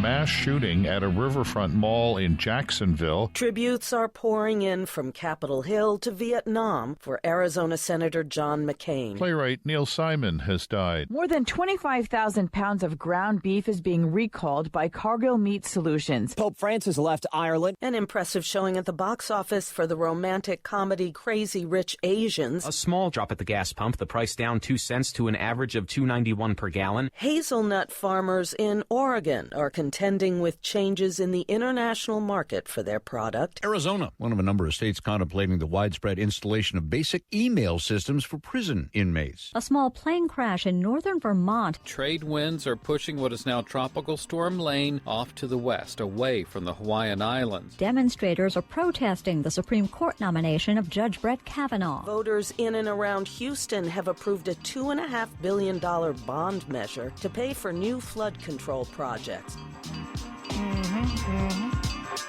Live from the Dreamstyle Remodeling Star 88 Studios. Good morning, everybody. Dex and Steve-O. You guys can download the show on iTunes.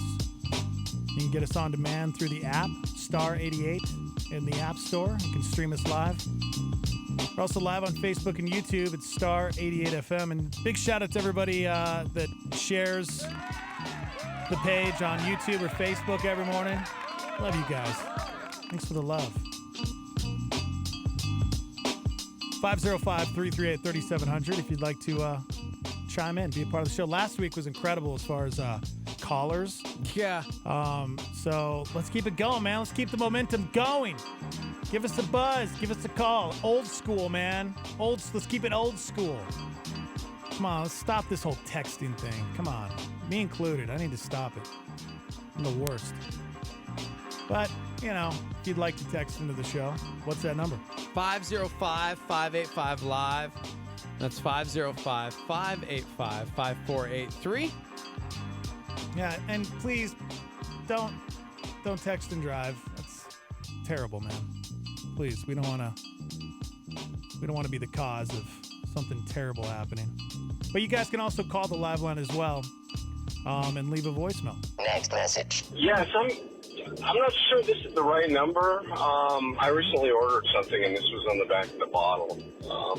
I wanted to call about a refund. I ordered Stephen Christian's Alexithymia, and I gotta say, it smells awful. What? It smells horrible. I want my money back. What? I looked at the back of the bottle for ingredients, and it listed as the active ingredients as being moose urine and green. Well. Yeah, if you could call me back, I'd appreciate it. Thanks. Is that the ingredients in it? Jeez. Well, you know what? I did go to China to get that produced. I still have so many boxes of Alexithymia. They didn't sell they weren't as hot as I thought they'd be. Maybe we just need to promote it more. There's a new cologne for men. The new fragrance from Stephen Christian. Stephen Christian. It's impossible to deny the sweet aroma. Stephen Christian brings you Alexithymia. For worship leaders who used to be in successful rock bands. Alexithymia. We owe this to ourselves to smell like one of the greatest lead singers of all time. Alexithymia. Put it on, let it cool, and stay far away from household pets. Stephen Christian brings you Alexithymia. Poof, just one whiff, and you'll smell what it's like to have been in one of the greatest classic rock bands of all time. Poof. Check out Stephen Christian's cologne line. True Faith, Art of War, Amsterdam, Autobahn, The Feel Good Drag, Dismantle, Repair, Alexithymia by Stephen Christian. Not available in stores. Hey, you can only buy them out of the back of my car. I have boxes I need to move, guys. Boxes of these things. I don't know. I'll check on the whole, moose urine, he said? I don't know about that. You know, have you checked the ingredients in Mountain Dew? Yellow number 5. Oh. Look it up. Yep. Look it up, guys. You drink Red Bull? Supposedly, you're drinking the same thing. So weird. At least you're not drinking Alexithymia, all right? You're just spraying it on your body. That's true. All right, 505-338-3700 if you'd like to chime in. What would you say, without looking over here, the most common driving distraction is? Texting. Texting. You think texting is the most common driving distraction? Well, no. No? Okay. Most common driving distraction. Deer. Deer. Is it your cell phone in general? Can I say cell phone? Like social media? No. Is that the same thing? Like since I said texting? No. It's not phone? Okay. Common distraction while driving. Other people picking their nose. Let's see. Did that make the top 10? No. Gosh. That's not a distraction, okay? Caleb says radio. Radio is the number one most common driving distraction. Okay. Talking to passengers. That's what Jarrett says. Talking, no. No? Okay. You know what? I will say number 2. Whoever said radio, singing along to the radio at the top of your lungs was number 2. As far as most common driving distractions. People get into it, man. Eating. Pat. He's Eating a while driving. Farm Bureau Financial Services agent, so he. Oh wow. He may know. It was number 5 on the list. Eating. Yeah. So doing makeup. Doing makeup. Number 9. Checking your hair or makeup in the mirror. Yep. No. Immodestly dressed walkers and joggers. Thanks, Kevin, on YouTube. Okay. All right. No. Wait. What was it? Immodestly dressed walkers or joggers. What? No. Okay. No. Billboards. Billboards. No. Not in the top 10. Dude, like 17 people are chiming in, and they all say eating, which is crazy. Eating was on there. Remember we did a topic a long time ago? I couldn't imagine eating. Weird things people do while they're driving, and a lot of people eat cereal while they're driving. How weird is that? Eating cereal? Really? Trying to get frisky while driving. No. That's this is all star movement. Your children. Nope.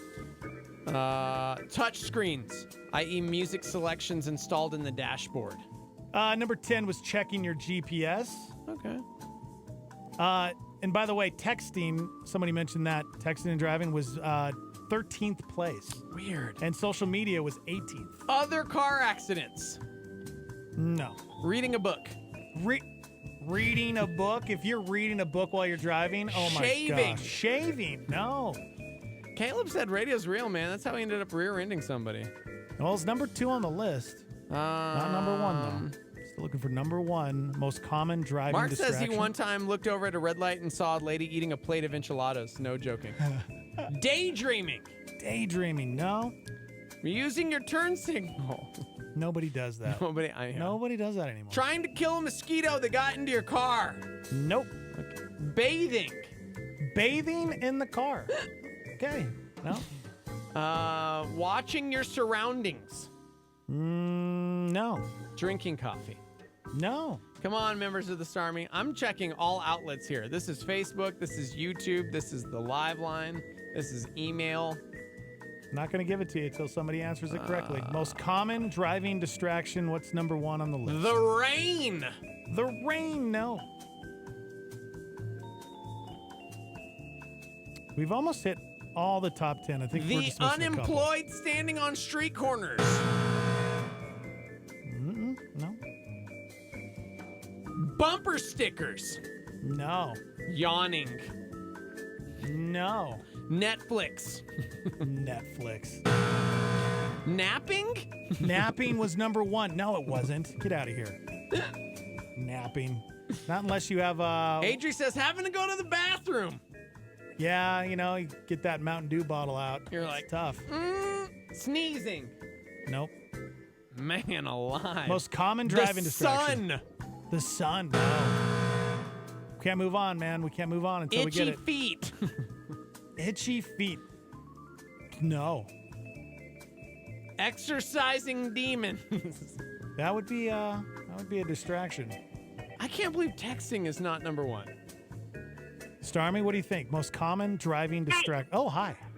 Hi, how are you? Great. Good. I think it's probably women putting on their mascara. See, you would think. No, that was number 9. Checking your hair and makeup in the mirror. Yeah. Number 9. That's Yeah. messed up. Hey, Steve-O, I've got 3 little puppies I need to find a home for. Oh, the my Jeters gosh. are looking. Oh my the Jeters gosh. are looking. No, we're not. What kind of dog is it? What kind of puppy is it? What kind? They are terriers and peekapoos. Okay. Very cute. Yo-yo dog. Peekapoo terriers. Peekapoo. Like little Pekingese poodles. Oh gosh. I know. So cute. I'll send you a picture. Oh gosh. You should probably text us on the live line because we're probably going to have so many people hitting us up wanting to know the gosh. information. I know. Chrissy wants a stupid lap dog. looks like Lily that and is Dexter. seriously. Oh gosh. That looks just like Lily. Okay. Well, you guys have a great day. You too. Thanks for chiming in. Bye. Oh my gosh. Oh my gosh. That's You got to get that dog, man. That's a cute dog. And I bet it doesn't shed. Oh my gosh. Oh, so mad right most now. common driving distractions. Still looking for number 1, guys. Let's see. Taking selfies. No. Making a video. No. Looking out for the cops. No. Hot air balloons. No. Cell phones. No. Good morning. Good morning. Hi. I've got it. Go, please. Yes. It's a dirty windshield. A dirty windshield. Dirty windshield. Come on. No, it's Dang not dirty it. windshield. I was like, nobody said that one. No. Really? No. Hang up on yourself. Love you. Bye. Arguing with your passenger. Arguing with your passenger? Yeah. Nope. We're only missing a couple here. Only missing a couple. That's in funny. top 10. Arguing with your spouse. No. 505-338-3700. Dancing. Dancing. No, that's not the most common distraction while driving. Pets? No. Smoking. Smoking heaters? No. Love. Love is? No. Changing your tires. While Changing driving? your cell phone carrier. Oh my gosh. Changing your contact lenses. No, but that Changing your mind? No. Changing lanes. Good morning. Is it complaining about other bad drivers? No, it is not. Okay, No. so it's eating. It's not eating. Was number 5. Eating was number 5, yeah. Thank you. Thank you, caller. Good morning. Tell me why ain't nothing but a heartache. Tell me why ain't while you're driving. Oh, what is it? sorry. Singing while you're driving. That was number 2 on the list. Number 2. Still looking for number 1. 2. Still looking for Bicycles. Bicycles? Praying with your eyes closed. Oh my gosh. Come on, guys. Water buffaloes. Road rage. We got 4 minutes to get number 1. Come on. Hello. How about food or drink? No, guys. No. Gosh. No. Looking at yourself in the rear view. No. And kids, the sun, eating. No, none of those. Number Doing 1 most makeup. common driving distraction. Go ahead. Needing to use the bathroom. See, that's what I. Nope. Wow, guys. Speeding. Speeding. Giving no. the baby a bottle. Ooh. Can I accept? Hello? You know what? Go ahead, caller. I'm going to let you answer, and then Is it kids? is it kids? Your children. No. You're it's not. disgusting. Oh no! I'm No? so sorry, caller. I'm so sorry. Hang up on yourself. I'm going to have to give it Number to that. 1 is going to be so dumb. The number 1. Somebody said it. Becca says Somebody said it. this because I'm driving right now trying to come up with the answer. Miss you, Beck. The number 1 most common driving distraction. Handing something to someone in the passenger seat. What? All of that for the dumbest answer? Right? That's the most number common 1? driving distraction is handing something to someone in the passenger What are you seat. handing them? Nachos. Nachos, man, you know? The cell phone, because you're Yep. like, I can't answer this. Yep. Maybe you're knitting and you're like, you know what? I need you to take this. Maybe you're listening to the show on Facebook Live because you live in a different city and you should be driving and paying attention, but you're not. Stop it, all of you. Guys, you also missed number 8 on the list. Okay. Struggling to take off your coat or sweater. Oh, dude. Right? You know what? I will say, if I got a hoodie on and it's hot, I'm going, I drive a stick. So, like, shifting and pulling one arm off. Yeah. Also, nobody got 3 or 4. Number 3 was tossing something in the back seat. Tossing? How? Tossing? Just tossing something? And number 4 is kind of the same as number 1, handing something to someone in the back seat. See, that's kids, bro. Yeah. This is kids. Mm-hmm. So many people said kids, and you're like, no, but to me, that is number 1. Yeah, well, it wasn't number 1. It was just handing something to someone in the passenger seat. Good job, Andrew, on YouTube, who said giving the baby a bottle because you used the correct terminology, even though everybody was just saying the same thing. He doesn't accept it. I don't accept that. I don't accept that, guys. I'm sorry. Jarrett says handing your passenger a shaver, your makeup, your book, the plate of enchiladas, your beer. No, stop it. Okay. Please be careful, guys. All right? Put the food down. Put the cell phone down. No texting and driving. Be careful, guys, while you're driving. Seriously, there's so many accidents. So many. Every single day here in the city.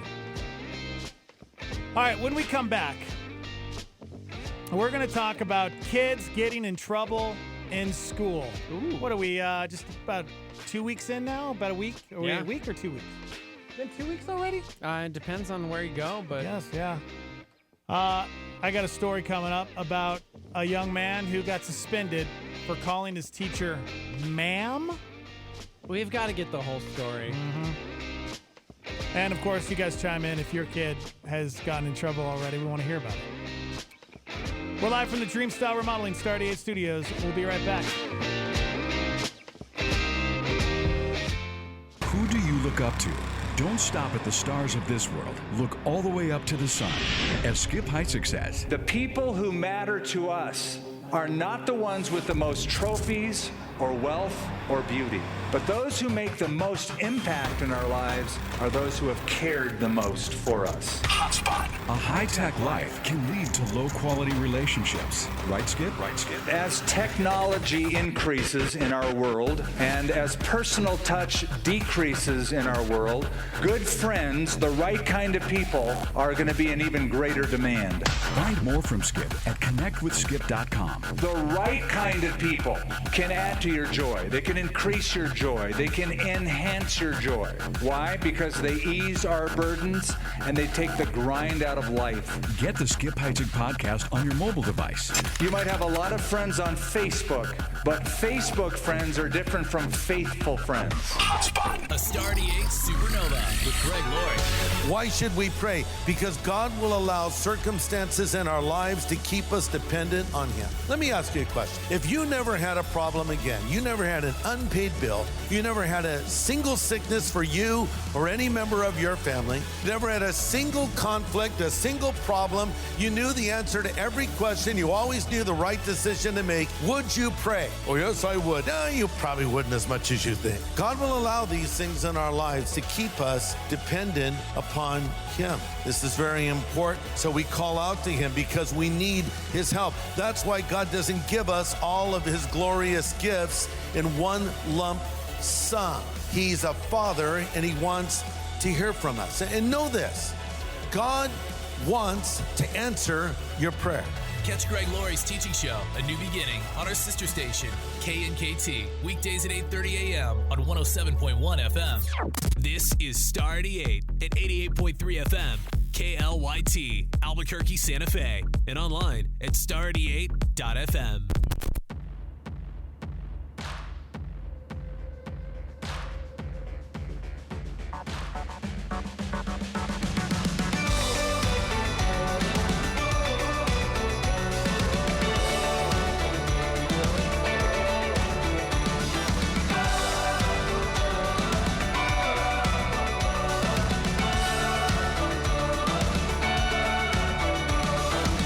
You make the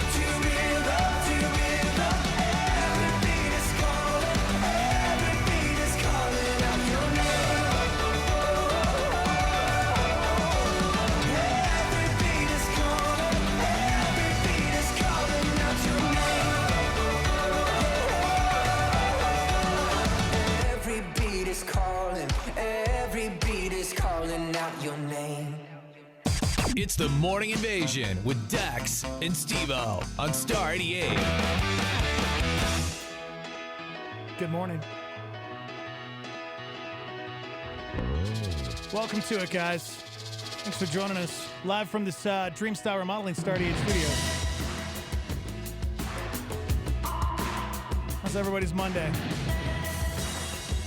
You guys can chime in, hang out with us. Facebook, YouTube Live at Star 88 FM. And phone lines open, 505-338-3700. And you can text in on the live line. What's the number? 505-585 live. That's 505-585-5483. Still waiting for the peekaboo pictures to come in.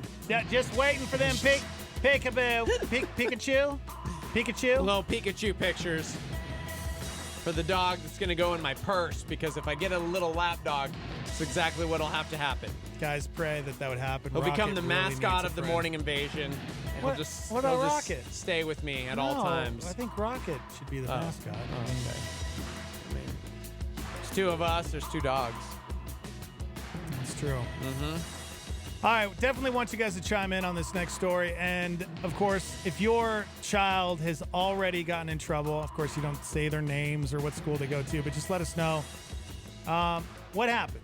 Why is your kid already in trouble? You can text in, you can call us, let us know.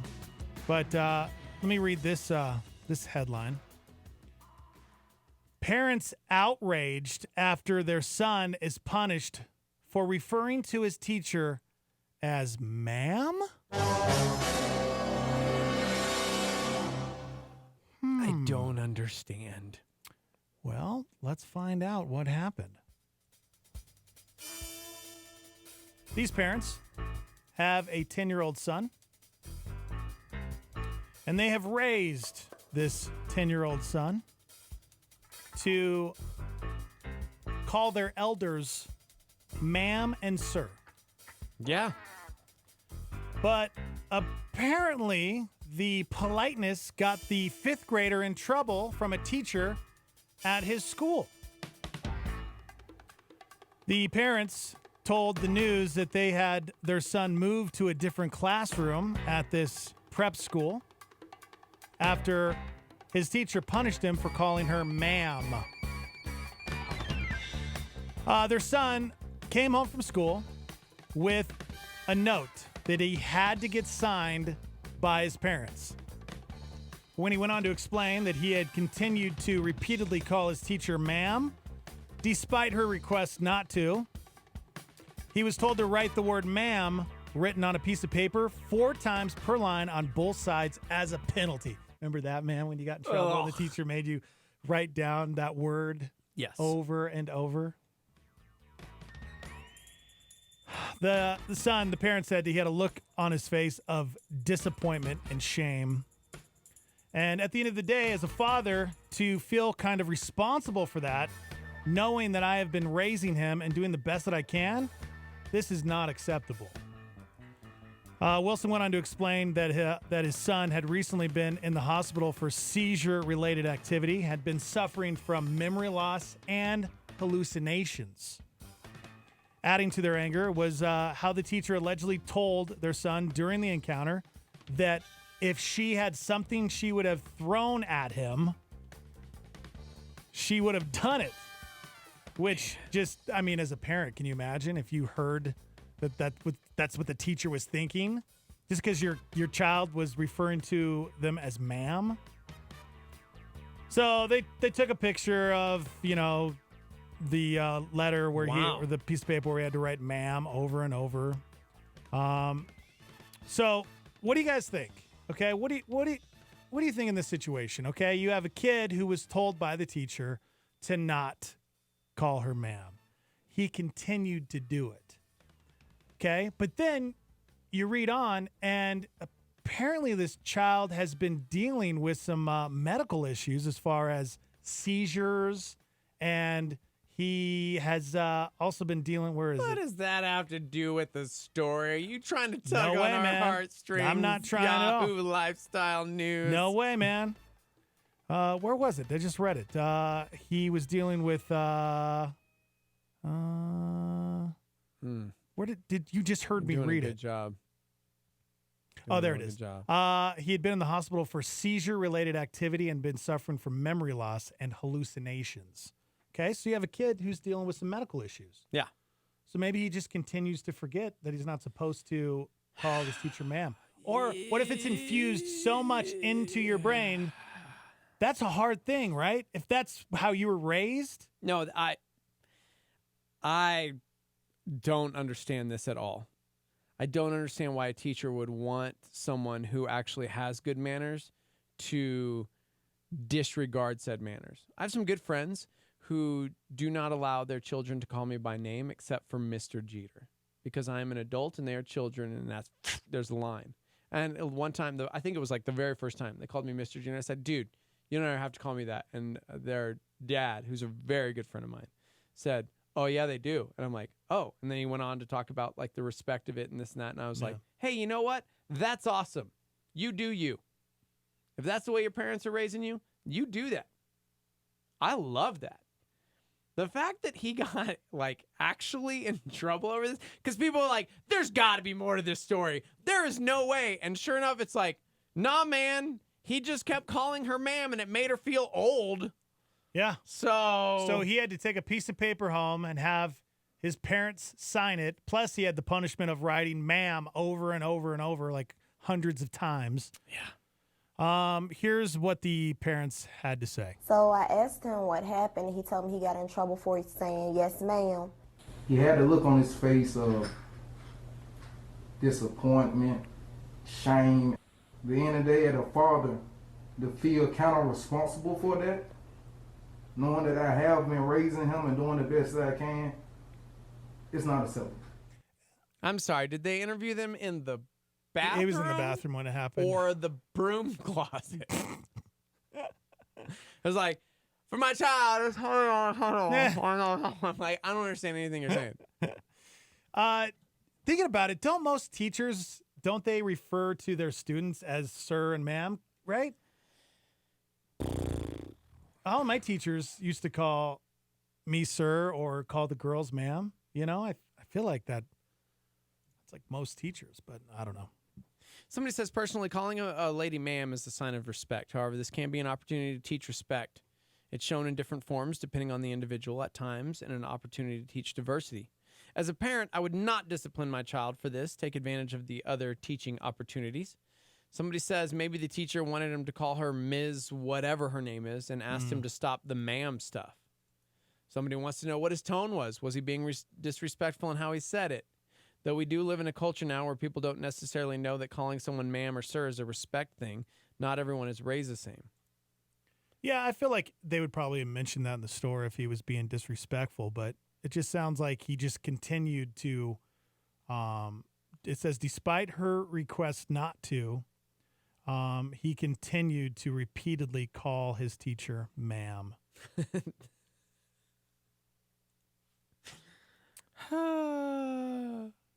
I feel bad for the kid. It's terrible. But it's a good teaching moment, I guess, right? If somebody doesn't like something. Teaching what? Well, that's the thing. In life, you're going to deal with people all the time. This is true. This is true. Don't necessarily agree or think the way that you think. And if somebody feels disrespected or they feel like a word, even though you don't feel like it's being disrespectful, that's, I think, where that's like kind of just being polite and using manners and respecting somebody else, even though if somebody doesn't agree with you, right? In some cases. Some cases. Well, no, because I was just thinking about this weekend. I had a really rad opportunity to talk to my boys about authority and respecting authority, even when you might not necessarily agree. And so I understand that aspect of the parents, but I'm just dumbfounded by the teacher still. Yeah. Like, how ridiculous is that? Like, a personal preference of a title or what?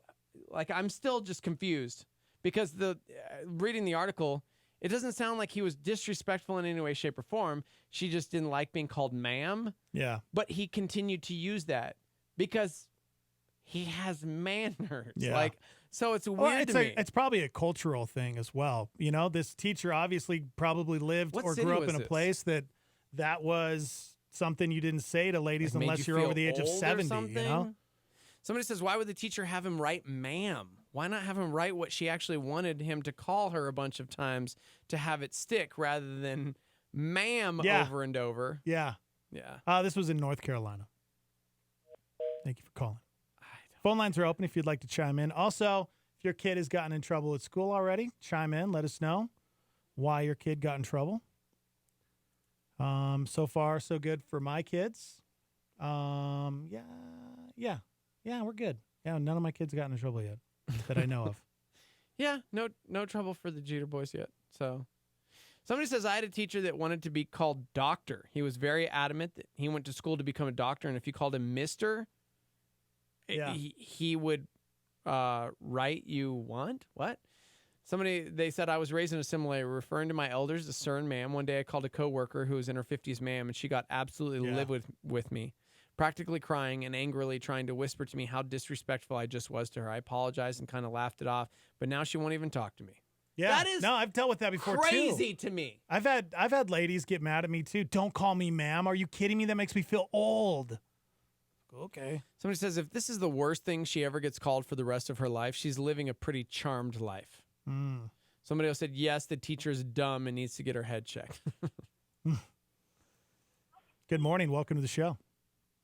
This is the most ridiculous thing you guys have ever talked about.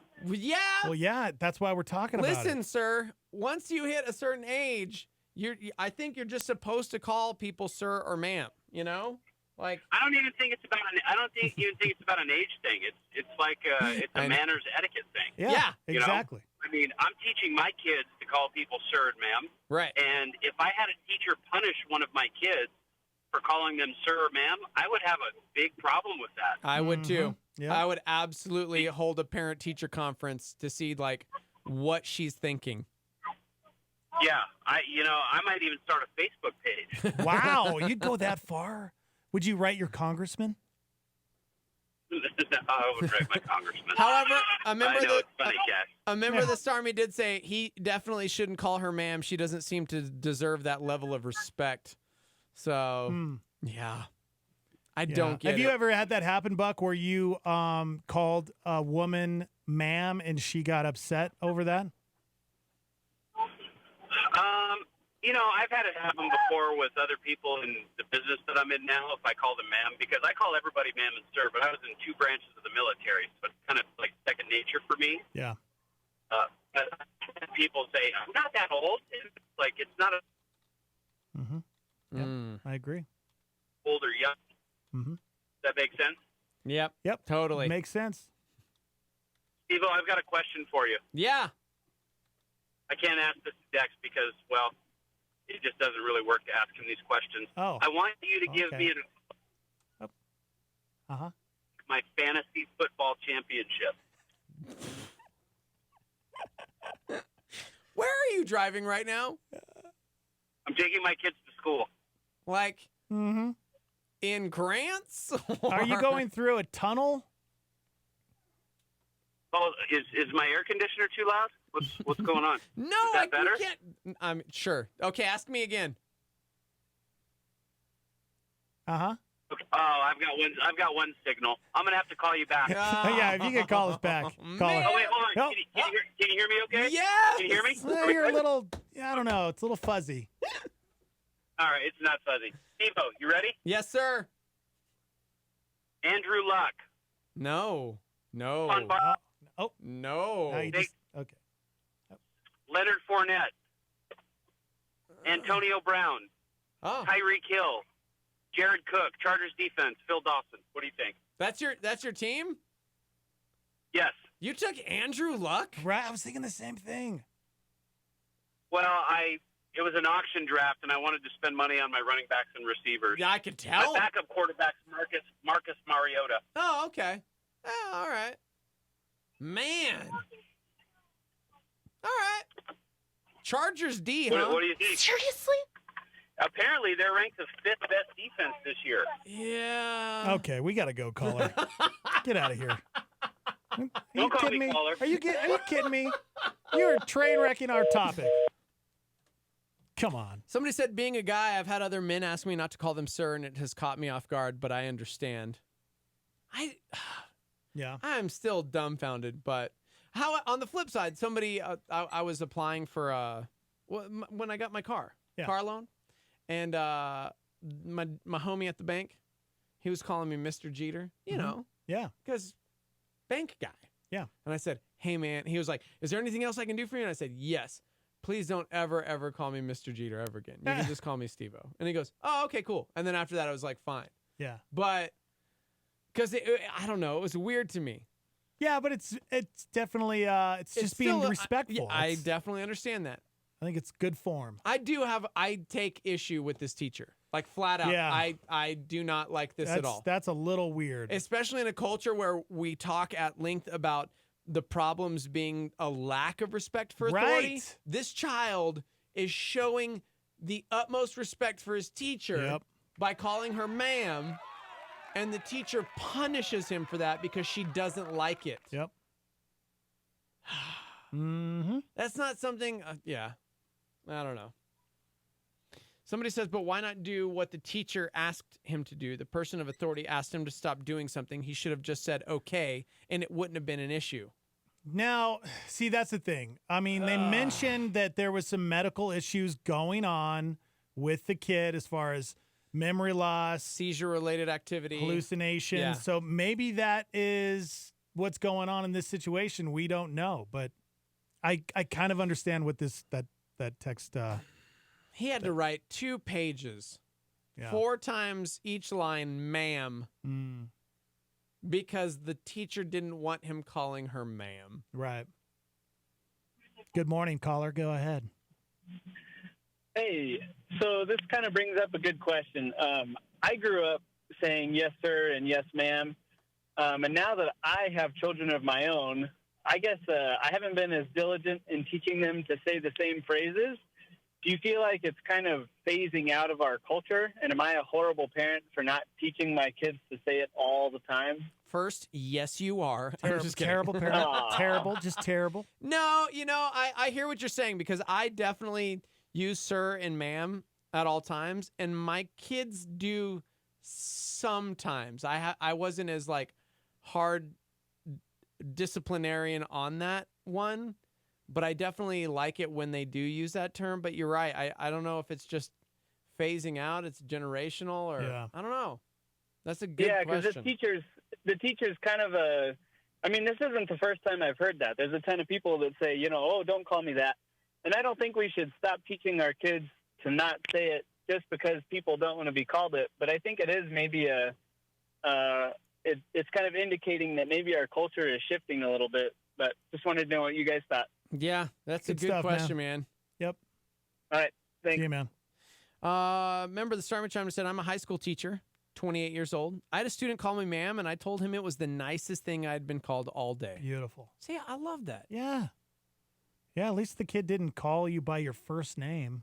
Somebody said, I was recently sitting in my daughter's kindergarten class, and the teacher made a point to let all the kids know that they need to use sir or ma'am when speaking to all adults. Yep. Okay. Good morning. Go ahead, Stormy. Hey, guys. It's Jason. How's it going? Hey, Jason.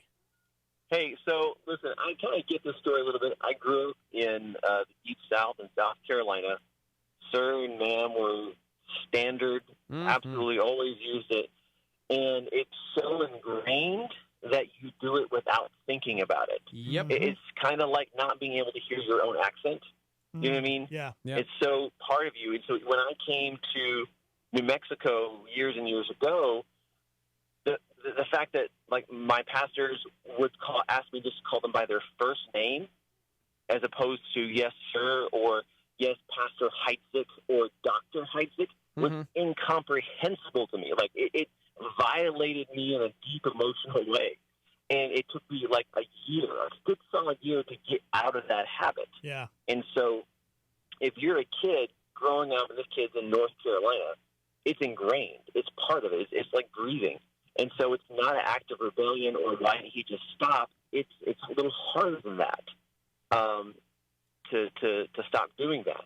And the only way I can think of that explains the story really is that this teacher, I would suspect perhaps is from somewhere else, like California or another West Coast place where that is not the norm, because I offended people when I first came to New Mexico and would say yes, ma'am, or yes, sir. Right. And I just couldn't figure out why at first. Mhm. And it wasn't like that was their preference. Oh, just call me Chuck or whatever.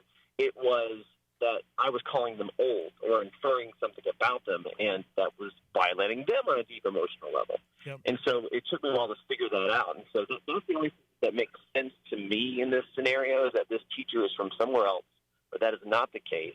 But yet this kid and the entire class are deeply ingrained Southerners who say yes, ma'am, and yes, sir. Mm-hmm. And so in that context, it makes sense. But doing busy work as a punishment is, I don't know, it's never productive. Yeah. Yeah. Dude, Thank good you, call. Jason. Good Thanks, stuff. man. Yep. See you, No man. problem. See ya.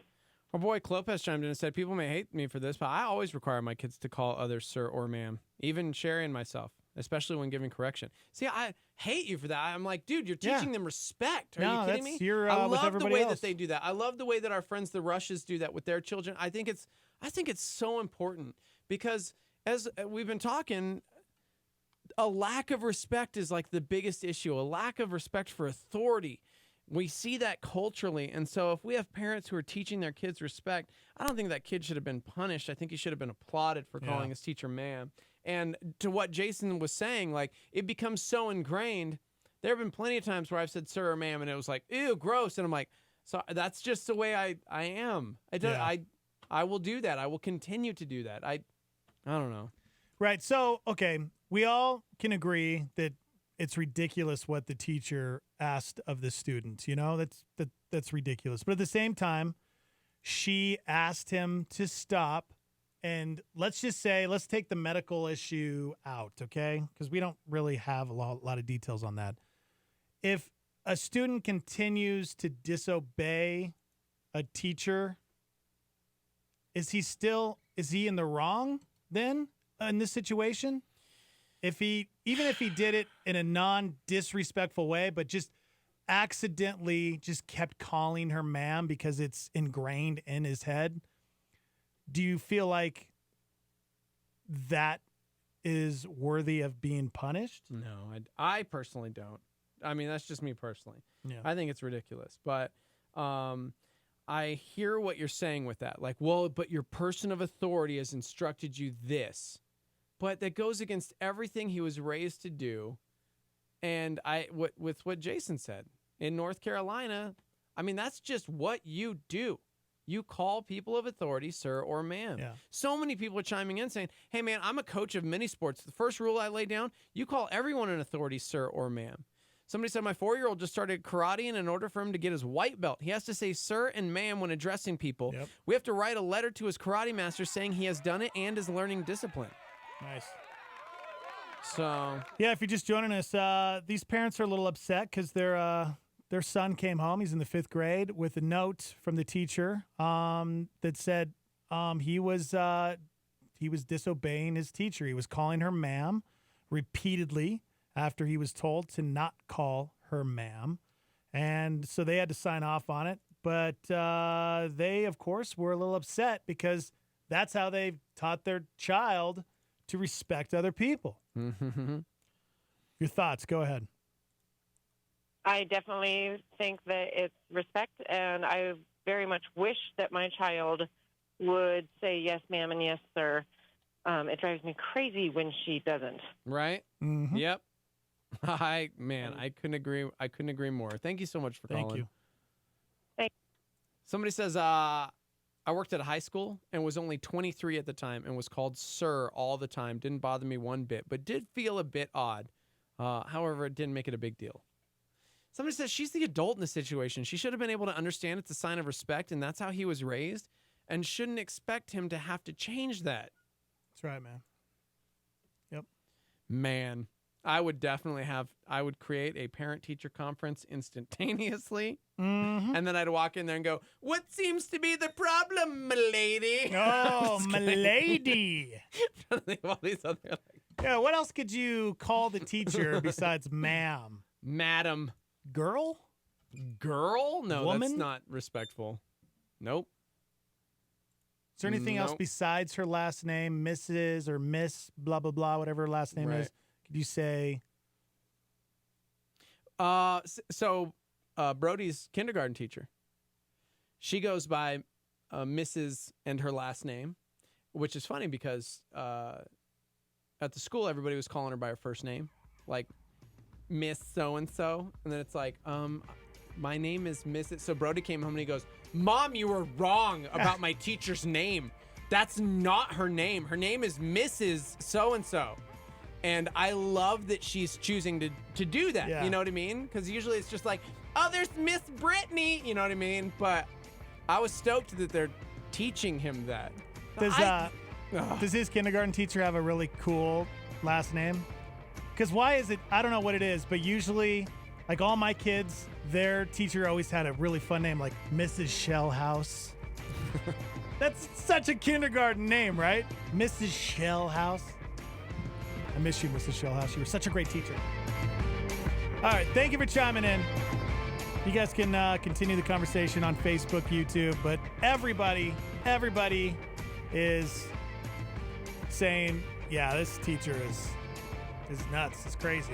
This is weird. I wish there was more to the story, though. I feel like there's just something we're missing, but I don't know. All right, we got to take a quick break. We're live from the Dream Style Remodeling Star 88 Studios. When we come back, there is a Christian artist who is in a little bit of trouble for associating himself with a band that says naughty words. Yeah, this is going to be a really interesting conversation. Naughty words. An outspoken, solid Christian, and unfortunately has gotten in some hot water because of a track he's on that's got some foul language. We'll talk about that. All right, we'll be right back. Hang out. Pastor Jack Graham and a Star 88 Supernova. Why does God wait to judge the earth? Why does Christ wait to return? Why doesn't he just come and straighten everything out right now? Isn't there enough hate? Isn't there enough heartache? Isn't there enough trouble in the world? Why doesn't God do something about it? Well, in God's infinite wisdom and plan, he is allowing evil to run its course. You can read about that in the book of Revelation. How God just allows evil to run its natural and normal course until he places the sickle into the world and harvests the world. The fact is that as nature takes its course and as humanity without God continues Satan's plan for their life instead of God's plan for their life, God allows it to happen. And why does he allow it to happen? Because he's not willing that any should perish, but maybe he waits just for you to come to know Jesus as Savior. Catch Pastor Jack Graham, PowerPoint, broadcast weekdays at 10:30 a.m. on our sister station, KNKT. Now, a Star 88 PowerPoint. Here's Francis Chan. What does that do to you? I know some of you grew up in church, so you're used to hearing the word God. And you say it over and over and over, and you lose its meaning when we say that word God.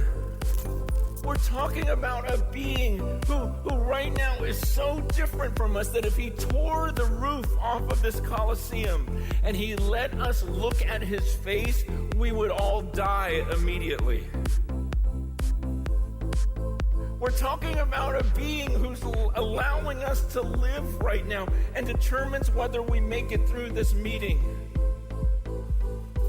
When we say God, we're talking about a being sitting on his throne in unapproachable light, with lightning and thunder and fire all around his throne, and 100 million angels all saying, "Worthy, worthy are you." That was Francis Chan on Star 88 with a PowerPoint. Tony Evans with a Star 88 solar flare. God will meet you where you are in order to take you where he wants you to go. That's a solar flare on Star 88.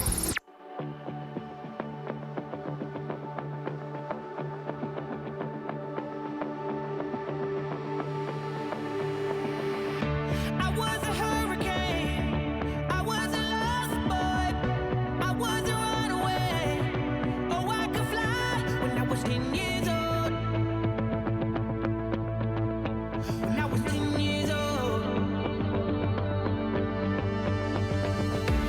was the reckless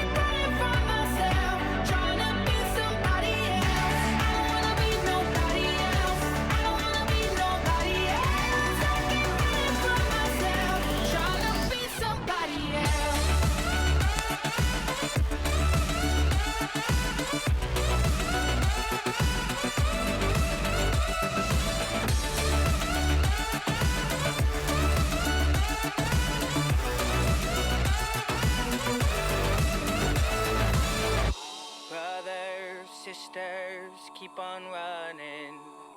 Fathers, mothers, keep on loving. Fighters, soldiers, hold your weapons and lay your back on me, lay your back on me. Brothers, sisters, keep on reaching. Fathers, mothers, keep on dreaming. Fighters, soldiers, drop your weapons and lay your back on me, lay your back on me.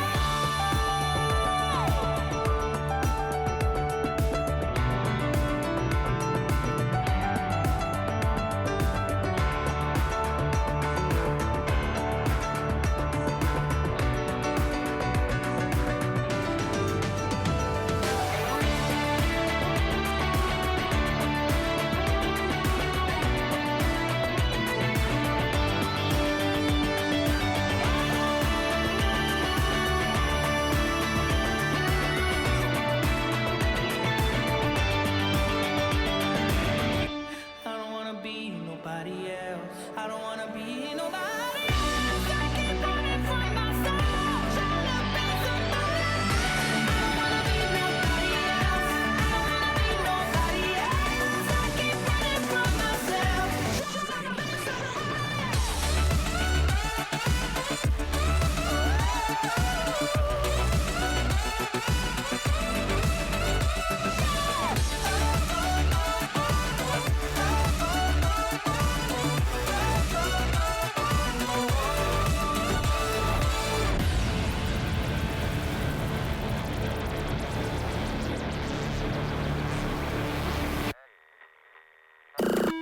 to be The Morning Invasion with Dex and Steve-O on Star 88.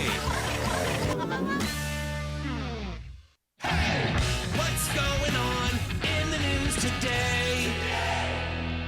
Multiple people killed when a gunman opened fire at a high-stakes video game tournament. A live stream showing competitors playing the game John Madden Football when gunfire erupts. Several other injuries also reported in the shooting. Goodbyes and grief across the country as people remember Senator John McCain and his service to this country. McCain died at home after a year-long bout with brain cancer, surrounded by his family. Among the eulogists, George W. Bush. According to the New York Times, former President Barack Obama will also be there. Hurricane Lane continuing to threaten the Hawaiian Islands. The slow-moving rainmaker swamping the state for several days. Neil Simon has died. He was born and bred in New York, but his work transcended the Broadway stage to film and even the small screen. The second weekend for Crazy Rich Asians was even more impressive than its first. The movie was #1 at the box office, bringing in $25 million. The Little League World Series championship. There you have it. Hawaii wins it. Hawaii is the best. Preseason week 3 in the NFL. Watch that one guy who's trying to make the team go up against that other guy who was drafted. Catch the third stringers and practice squad players on the field for the majority of the game, so the first team guys don't get hurt before the regular season. Get excited about some dark horse long shot undrafted free agent, only to watch him fail to make the cut. And listen to play-by-play announcers pontificate about the upcoming season and try to fill the void of the third and fourth quarters. Don't miss the NFL preseason action. Or not. Yeah. Get out of here with your football. Good morning, everybody. Live from the Dream Style Remodeling, Star 88 Studios. Thank you so much for hanging out with us on a Monday. You guys can be a part of the show. We're on Facebook and YouTube Live at Star 88 FM. And we're going to want you guys to chime in. We're going to switch gears. Thank you for chiming in on the student who got in trouble for calling his teacher ma'am. I know a lot of people were fired up over that one. But we're going to move on and talk about Speaking of words. Something, a little bit different. And we want you guys to chime in. Phone lines are open 505-338-3700. You can also text in on the live line. What's the number? 505-585-LIVE. Been talking back and forth on this live line with the owner of the Peekapoo, and now I'm What going, up, dog? Great. Look at that one. What did Christy say? The She all brown pumped? and She all excited? Yeah. Are you going to have to take some time off, bro? Are you going to take some time off? Yeah, if you get a dog, is that one of the reasons why you're going to take some time off? No. You're going to take some fraternity leave? Okay. Fraternity? No? It's actually real. We talked about it this morning.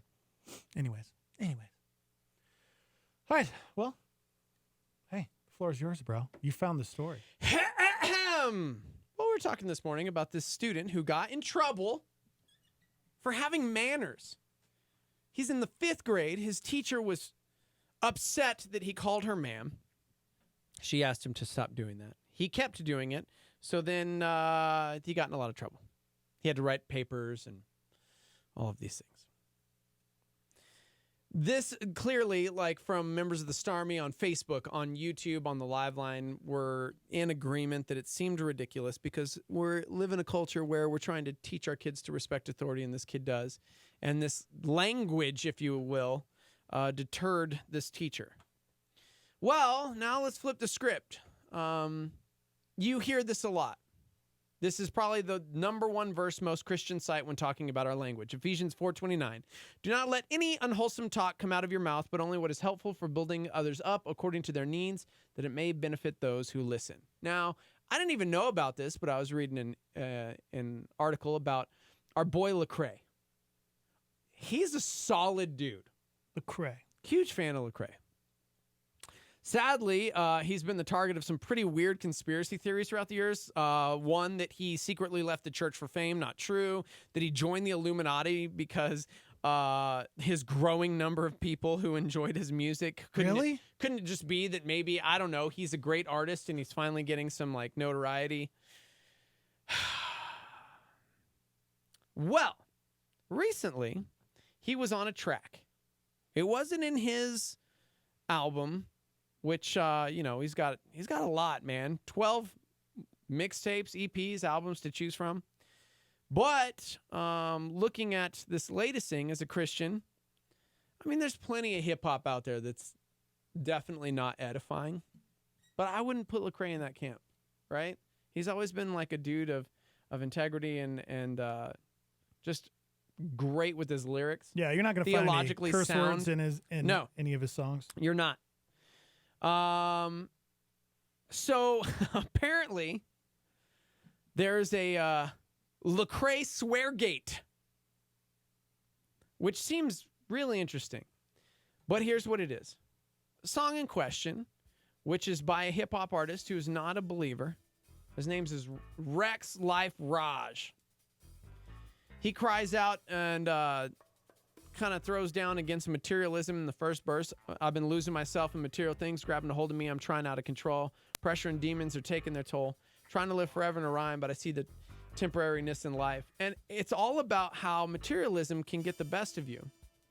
Well, Lecrae lent his vocals in the second verse. He said, I've been thinking a lot, really praying a lot, talking to God about how I don't think I'm enough for the blessings I've got. Yeah, I've been wrestling with finding pops.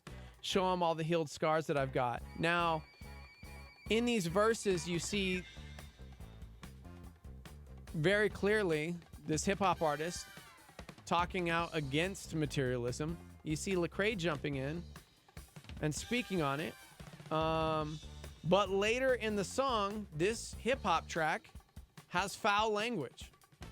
And because of that, Lecrae is getting slammed. He doesn't even curse in this track. He lent his vocals to a verse, but because he's even a part of this hip-hop track, people are saying he's lost the faith, he's lukewarm. Oh, gosh.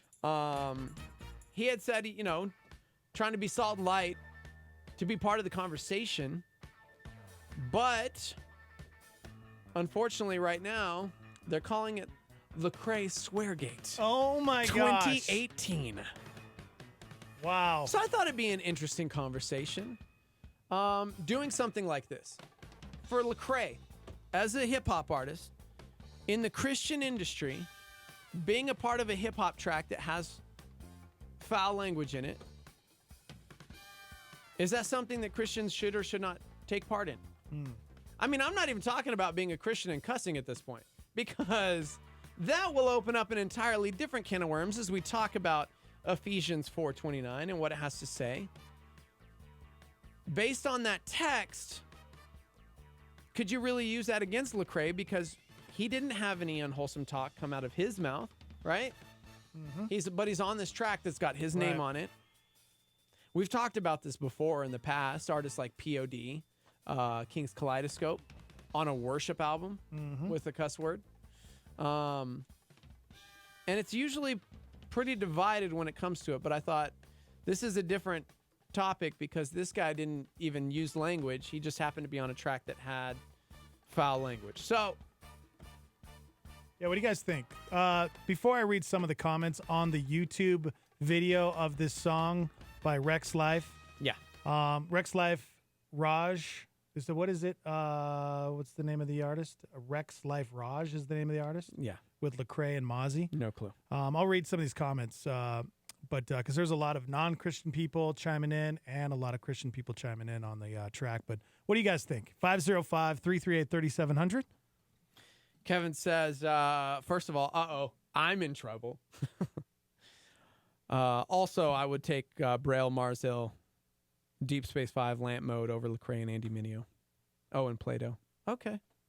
That says nothing about it. Yeah, it's just your personal.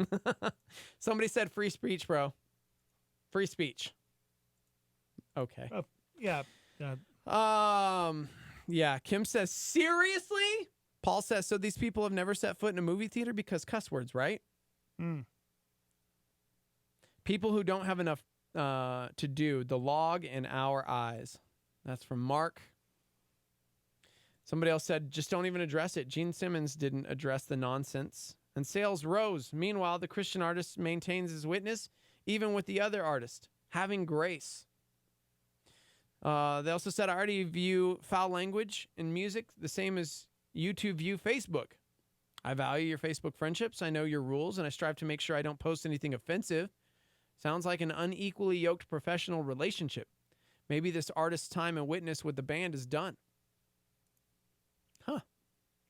Somebody says it seems like there's a double standard for Christian artists under a Christian label and Christian artists under a secular, quote-unquote, label. Somebody said, wow, he's being salt and light in a situation that is so divided. Lecrae is teaching a population that might not otherwise, or reaching a population that might not otherwise be reached.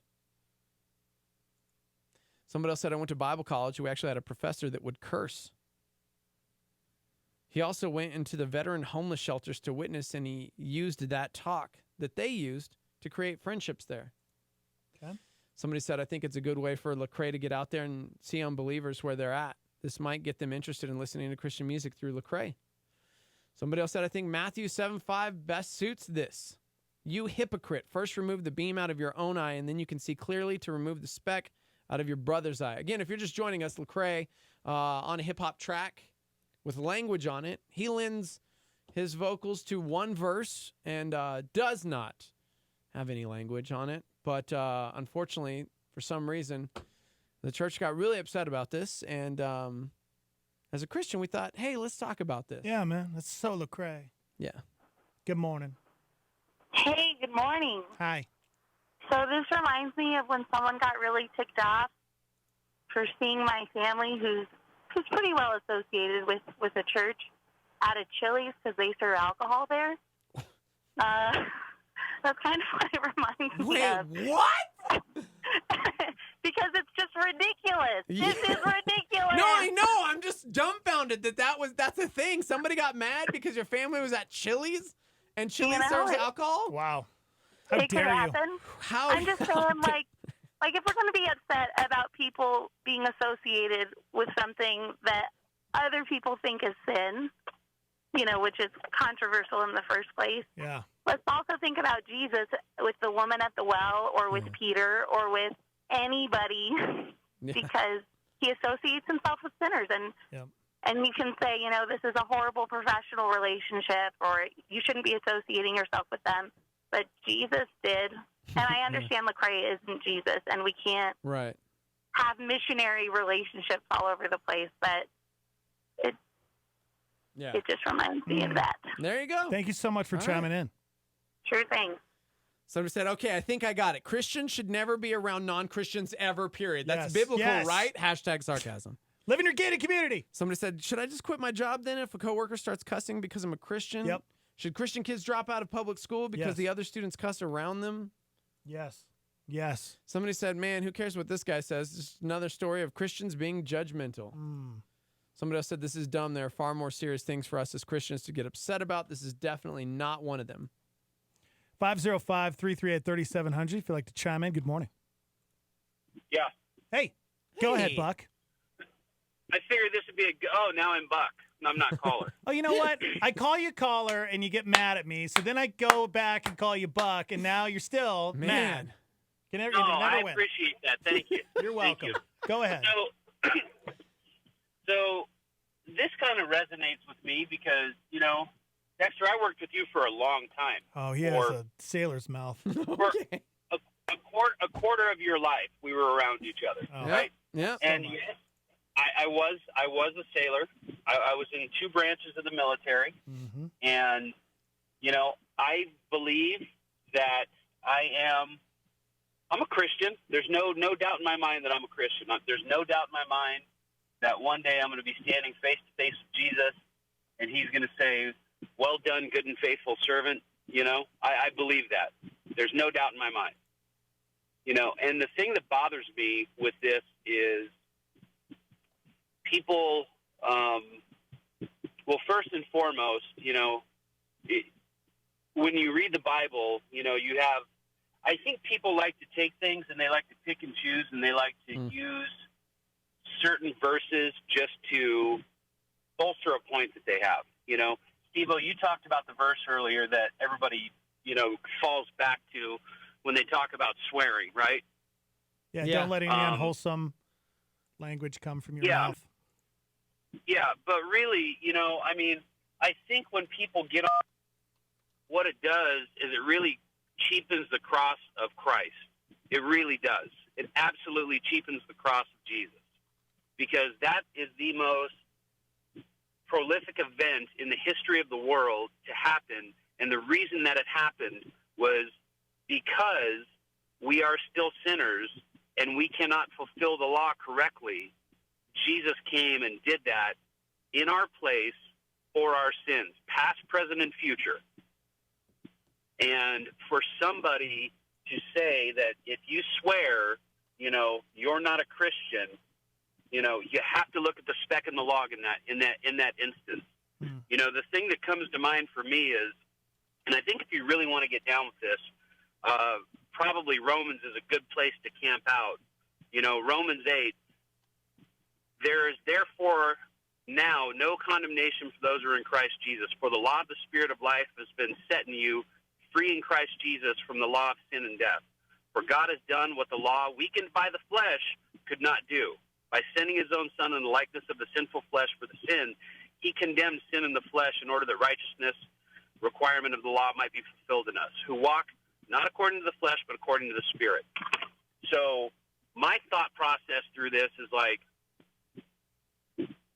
whoever is doing this, when you have people that are going to say, you're not a Christian because you cuss, or you're not a Christian because you're drinking a beer, or you're not a Christian because you're dancing, it doesn't say anywhere. I mean, it drives me bonkers. And, really, honestly, this is the type of thing that gives Christians a bad name. Yeah. I really believe that. I really believe that people are turned off because people act like this, and they act like they're holier than thou, when the truth of the matter is they're just as sinful as we are. We're all equally sinful. The only thing that differentiates us from non-believers is that we have the Holy Spirit indwelling within us. Our sins are forgiven past, present, and future. It doesn't matter if on your deathbed you're swearing like a sailor, and it doesn't matter because, when you end up dying, you're still going to be standing face to face with Jesus. And if you're truly a Christian, He's going to look at you and He's going to say, good job. Yeah. Welcome to paradise. Yeah. I agree with that, man. That's good. I hope he sings it like Green Day. Welcome to paradise. And then I'll be like, whoa, dude, I was not expecting that. Amen. Amen. You know what's interesting? You bring something up because a lot of people are pretty upset, including, the magazine where I found this article talks about the fact that we as Christians jump on these weird bandwagons and we trash other Christians on social media, like Lecrae, who's getting just slandered on social media for, quote, leaving the faith, for being out of line, and for falling away because he's on a track that has foul language in it, even though he doesn't himself. And they use the term causing others to stumble as a way to, like, go, well, I would never want to cause somebody to stumble. And yet that form of legalism is so abhorrent that in and of itself drives a lot of people away and, quote, causes them to stumble away from the faith, because it's these man-made regulations that are so overbearing and unrealistic that, Yep. I think that's an interesting commentary. We're coming up on a break. Yeah, go ahead. Call. You know, the other thing that I think about, too, there are a couple of things here, you know. There's nothing we can do. It's all been done, okay? Yeah. You can't add anything to what Jesus has already accomplished for us. You can't add a thing. And if you're trying to do that, all you're doing is wasting your time. Yeah. You know, when Jesus went into the temple and he saw those people treating it as a house of trade and he started turning over tables, it's my understanding the language that he used was very hard language. And in the time, it probably would have sounded like cussing. So, you know, for somebody to try to add something, you know, that's the thing. People add things to the law, you know, and if people want to go back and do that, you know, it's like, okay, you try to keep all 613 laws and see how you do, because you're going to fail miserably. I'll tell you right now, I wake up every morning sitting, like, as soon as I wake up, before my feet hit the floor, in my mind, in my heart, I'm sinning. The music just went out. Darn it. It doesn't matter that I'm doing that, because I can sit there and think these things to myself, but then when I truly, start talking to myself and stop listening to myself, I can say that this has been atoned for. Whatever's going through my head, whatever in my heart, this has been atoned for, and somebody who could fulfill the law, Jesus Christ, incarnate in man form, has done this. Buck is fired up. He's fired up. All is forgiven. Amen. Oh, no, Amen. You know what, man? No. That makes me angry. This is the kind of thing that really, really I makes get me it, angry. Man. Yeah, I get it. We just got to go to break, Buck. We're up against a break. See ya. All right, see you, man. Love it. All right, a lot of people chiming in.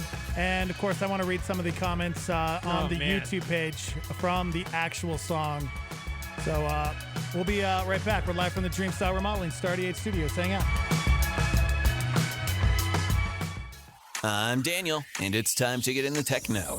Fortnite. The game is well beyond a craze status. You're hearing about it everywhere, from Good Morning America to the local news. But if you've been under a rock, Fortnite is a battle royale game by Epic. Although it's free to play, the game is making hundreds of millions of dollars each month in customizations for players like a virtual backpack or outfit. Fortnite is currently on its way to being the first billion-dollar game in history, and this has all been without an Android client. Fortnite has only been available on iOS or Windows. That is until now, with the release of Fortnite for Android. There are some caveats, though, as Epic has chosen to bypass Google Play, a move that's estimated to cost Google roughly $50 million in 2018 alone. If you have a supported device, which is a short list, loading from outside Google Play requires a unique installation where you disable various system protections meant to keep malware off your phone. As your security will be down, you want to make sure your install is being done through Fortnite.com, as there will be countless creeps out there hoping to gain access to your device. As much fun as games are, I can't help but think there's a better use for both our time and resources. Epic hasn't released time played stats for the game, but I can promise it's outrageous. And if we manage to put that time and money into something that lasts, like translating the Bible into different languages, we could likely end Bible poverty before the end of 2019. Just a thought. I'm Daniel, and you're in the Techno on Star 88. This is a fresh thought. Listen up to Levi Lusko. The blessing started with that tiny little insignificant gift. And so, of course, you know the story. Spoiler alert, he fed everybody to where they were glutted. And there were 12 baskets of fragments left over, a doggy bag for each of the 12 disciples. They were pumped. They're like, yeah, each of them. So now they've eaten, the people are fired up, and Jesus says, okay, now we're gonna, while they're all lying there in a food coma, we're gonna make our break, right? So he sends the disciples down to the dock. He loads them up in a boat with a basket, each of them. And I don't have time to preach about this, but I would preach if I had time about how they got into a storm, and they started freaking out, but all they needed to do when they were freaking out is look at their feet where there was a basket of fragments from the last miracle. For more fresh thoughts, go to LeviLusko.com.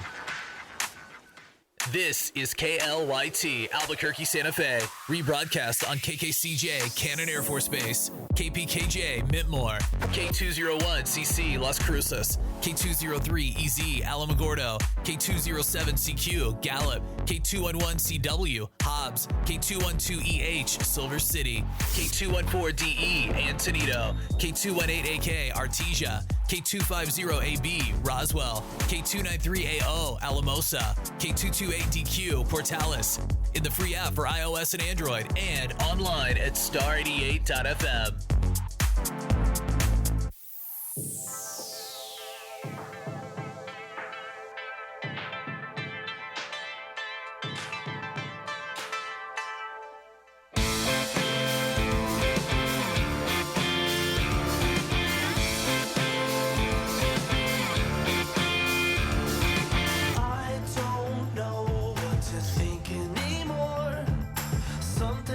Between you and me, can't shake the feeling that we've been here before, and I can't figure out what's missing. You're like a leather-bound mystery locked in a box, a hurricane that's hiding the key, and it's a cold sweat, fever dream, stomach in knots, a lie that I choose to believe. Like I've been wasting my time with a knife in my back. Tell me who you are when the lights go dark. It's like we're strangers in love. Tell me who you are when you tear my heart apart. It's like we're strangers in love. We're strangers in love. We're strangers in love. How many times will it happen again? I'm begging for a light in the dark. We're moving in circles and I want it to end, but without you will it all fall apart? You're like a pretty little poison still in my blood. I wonder what you're hiding from me. Are you the truth that I'm searching for? Deepest of loves,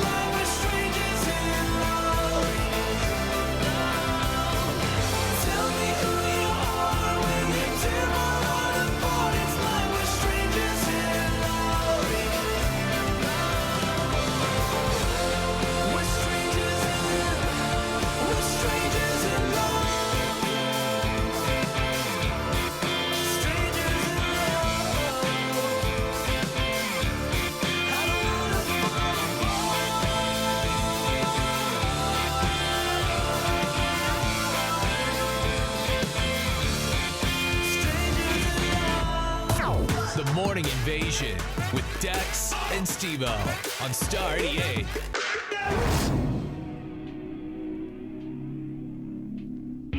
Welcome to it, guys. A lot of people chiming in. We're live on Facebook and YouTube at Star 88 FM. You can leave a comment there and join us in the conversation, talking about Rex Life Raj and Lecrae. Lecrae teamed up with Rex Life Raj on a track called Blessings. And there is a curse word in this song, and a lot of the Christian community that loved and supported Lecrae are really, really freaking out over it, calling him not a Christian anymore and not going to support you anymore. What did they call it? Lecrae Gate? Yeah, Lecrae Curse Gate or something like that. Lecrae Curse Gate. This is so crazy. So I went to the actual track on YouTube so I could read some of the comments, and man, it's pretty mixed in the comments. A lot of Christians are saying, I'm not going to support you anymore. Yeah, Lecrae's not cursing. Yeah, he's not. He's just in a song. He's featured on a track called Blessings. Right. A new single. Yeah.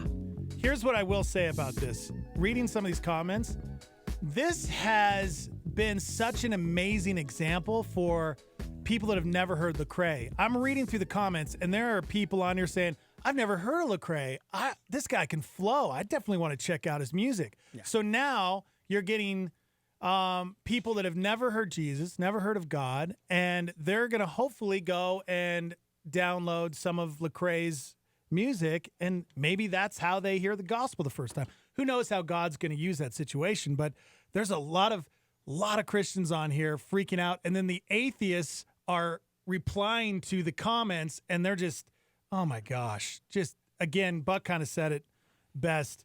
We shoot ourselves in the foot, you know? Yeah. This is the problem with Christians. You know, we make ourselves look so bad at times. Jarrett said, this is crazy. I made a joke earlier and nobody laughed. You didn't laugh at me. I didn't. I'm like, that's Lecrae. And then I was like, oh. Yeah. Aaron says we can always just look at King's Kaleidoscope, their song Prayer. It's on a worship album. They say the F word. Yeah, people lost their minds over that. Lost their minds. Oh my gosh. RG said, I don't think Lecrae did anything wrong. He is a light in the dark. Lillian says, I am a Christian, I am a sinner. I am in no position to judge anyone for this. Man, it's still divided on the live line because Buck chimed in and talked about his mouth. And in that same vein, people were going, so with that logic, it's just okay to cuss because God already forgave us. How do you reconcile that with Romans 6:1, which talks about, what shall we say then? Shall we go on sinning so that grace may increase? That's just verse 1. Now, I'm not going to get into a debate on this one because I think the back and forth on that is you're talking about sinning, and there are those that would say, is that a sin? Yeah. Foul language, quote unquote foul language. I mean, we got to talk culturally about it. We got to talk, man, so many different ways to talk about this. How is that word being used? This is all that conversation is almost a conversation to have with Brian Nixon on 3 Degrees. Mm-hmm. He is a wordsmith. And you do not hear any unwholesome talk come out of his mouth. It'd be very interesting to hear his thoughts on what is a curse word. Yeah, and what does it mean to curse? And the thing is, a lot of people, I think, took what Buck was saying the wrong way. I don't think Buck was saying that, you know, because Jesus I'm just going to died, sin all the time now we're allowed because it's to cool just sin. and acceptable. That's not what he was saying. That's definitely not what he's saying. Because with that, the same person chimed in with Ephesians 4:29, which if you were joining us earlier, that's literally the first verse I referenced because, interestingly enough, Relevant Magazine, who had an article on it, talked about the fact that that is the go-to verse. If you grew up in the church, not saying dirty words or curse words was a given, but even, as they said, strong conservative camps with evangelical thought, like focus on the family, stop short of calling profanity a sin. But they do reference Ephesians 4:29. Do not let any unwholesome talk come out of your mouth, but only what is helpful for building others up according to their needs, that it may benefit those who listen. Somebody says, don't become a trucker. You can't imagine the words said over CB radio. They also chimed in with this. Warren Buffett. The smartest people I know. Number 1, don't get easily offended. Number 2, read more than they talk. Number 3, enjoy intelligent discourse. Number 4, quickly admit when they're wrong. Number 5, they're comfortable changing their opinion. Number 6, they surround themselves with intelligence. And number 7, they seek to understand every perspective on a topic. That's good. Yeah. Man. Somebody says, tell the Pharisees and the Sadducees to go back to their temples and chillax. Mm-hmm. Somebody says a curse word is a word that doesn't glorify God. If it doesn't glorify God. Yeah. Yeah, this is, think of our friend Rebecca and Dustin. They came down. Rebecca and her family came down and visited us to see, how we do things here at Star 88. And Rebecca, she does a night show on a station, on a rock station. Mainstream radio. Right. And her 2 co-hosts are men, and they talk a lot of, lots of inappropriate things. And so she's the girl on the show who's the Christian. She doesn't necessarily engage. I mean, she has to because she's part of the show, but at the same time, she's not saying, curse words, or she's not saying inappropriate things, but she's still a part of that show, right? So kind of the same thing with Lecrae, he's coming in on this track.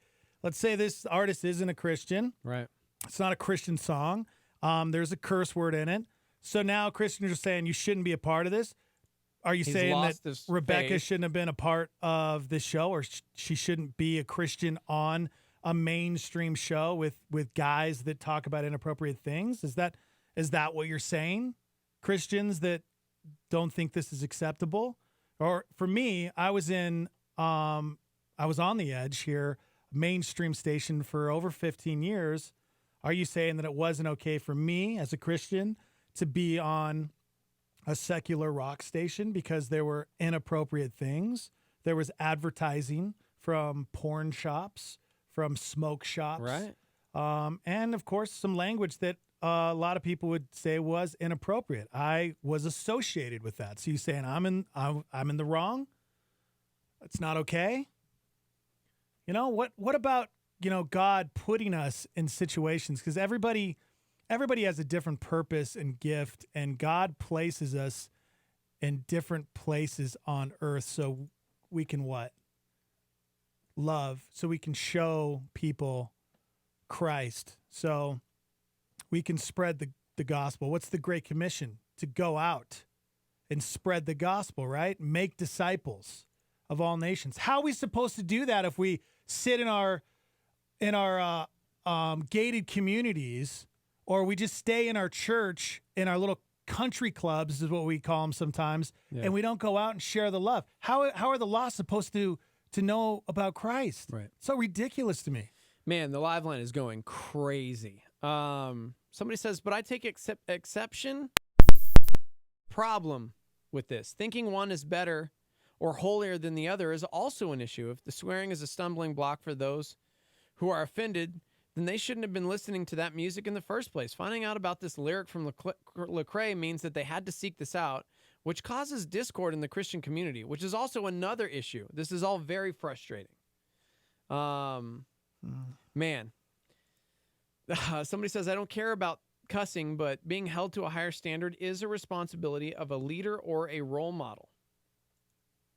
Somebody said, can somebody explain to me when it's ever beneficial to make a statement about someone else's salvation ever? You are not God. You don't get to say Lecrae is no longer a Christian. Right. Amore, when she was on, I remember the Stormy chimed in to say this. Amore Sierra, Miami tattoo. They said she is around curse words all the time because of the ministry she is involved in. Right. She doesn't herself, but she's surrounded by it, much like Lecrae in this track. So somebody said maybe God's putting Rebecca on that show out there with those guys to maybe bring them to him. Yeah, exactly. 505-338-3700 if you'd like to chime in. Good morning. Hey, good morning, guys. Hey, what's going on? So my 2 cents in on this, and this kind of reminds me of a story that happened to me. But if you think about it, isn't Lecrae kind of doing what the Bible tells us to do and be a light in the darkness? Mm. You know, he's adding his influence into, you know, the song that, or to people that listen to this that may not be Christians. Right. And so, like, what happened to me once was I was in youth group, and I remember we were thinking about going to a Skillet concert, but Skillet was playing at the Sunshine Theater. And so we're all, you know, happy to go. And then all of a sudden, this lady who helps out with the youth group was more of the helicopter grandma who was overprotective of her granddaughter. Right. And she made a thing. I mean, we weren't allowed to go anymore because she made a comment, well, they serve alcohol here. And I was actually asked to leave the youth group early because I made a comment, well, I didn't see you complain when we all went to Chili's last week. Yeah, right? And, yeah, it's a good point. And I know, and I told her, it's like, it's not the alcohol that concerns you. You think we're dumb and you don't trust us, and you think we're going to go get alcohol at this place when we're not. And she's like, well, we don't need to be in a place like that. I was like, so we're supposed to be a light bulb in an already lit room? You know, we're supposed to be light in the darkness, right? And here's the thing, you know, when you're at a Chili's, you're able to go up to the bar and be around it. If you're a child, you can go sit in the bar area with your family. At the Sunshine Theater, they block that off. So if you're not 21 and older, you can't even get into that area. So there's no possible way. You have to get stamped. You have to show your driver's license. Right. So there's a huge difference. I know, and I told her that, and because I've been there before, and I was like, there's no way we could get it, so what are you worried about? Mm. And what really get me kicked out was I made a comment, it's like, you just don't want your granddaughter to go, so why are we going to be barred? You know, you don't let her do anything else, so what's one more thing she can do? Why should we be barred? Super specific. Yeah, no, I hear you, man. Thanks for chiming in. Yeah, no problem. I agree with everything they said. Yeah, okay. Oh. It's just based upon one personal. You guys can chime in. You can text in. What's the live line number? 505-585-LIVE. That's 505-585-5483. Good morning. Hello? Hello. Go ahead, caller. Hey, I was calling about the conversation you're having now regarding Craze song. Yeah. I understand what people are saying about being a light in the darkness, and I completely agree with that. However, I know we're called to be a light in the world, but we are also told to not be conformed by the world. And I think using language that the world uses is conforming to the world. I don't think we need to lower our standards to be a witness to people. Okay, first off, just to repeat what we said, Lecrae never cussed on the track. He was just, he had a line in the song. So he was a part of it. He was part of the track, but he did not curse himself. No, he just he lent a verse to the track. So I had a thought too. Brian Head Welch, Fieldy, both Christians in the band Korn. Brian Head Welch, he left the band for a while. He was dealing with drug addiction, and he was saved. And then he came back years later and joined the band Korn again. Yeah. And they're still performing a lot of the songs that have language that a lot of people would say that is not okay and it's inappropriate. But look at what God is doing. He's using Brian. Man, when they were in Albuquerque, we were at the show, and he was out in the crowd praying with people.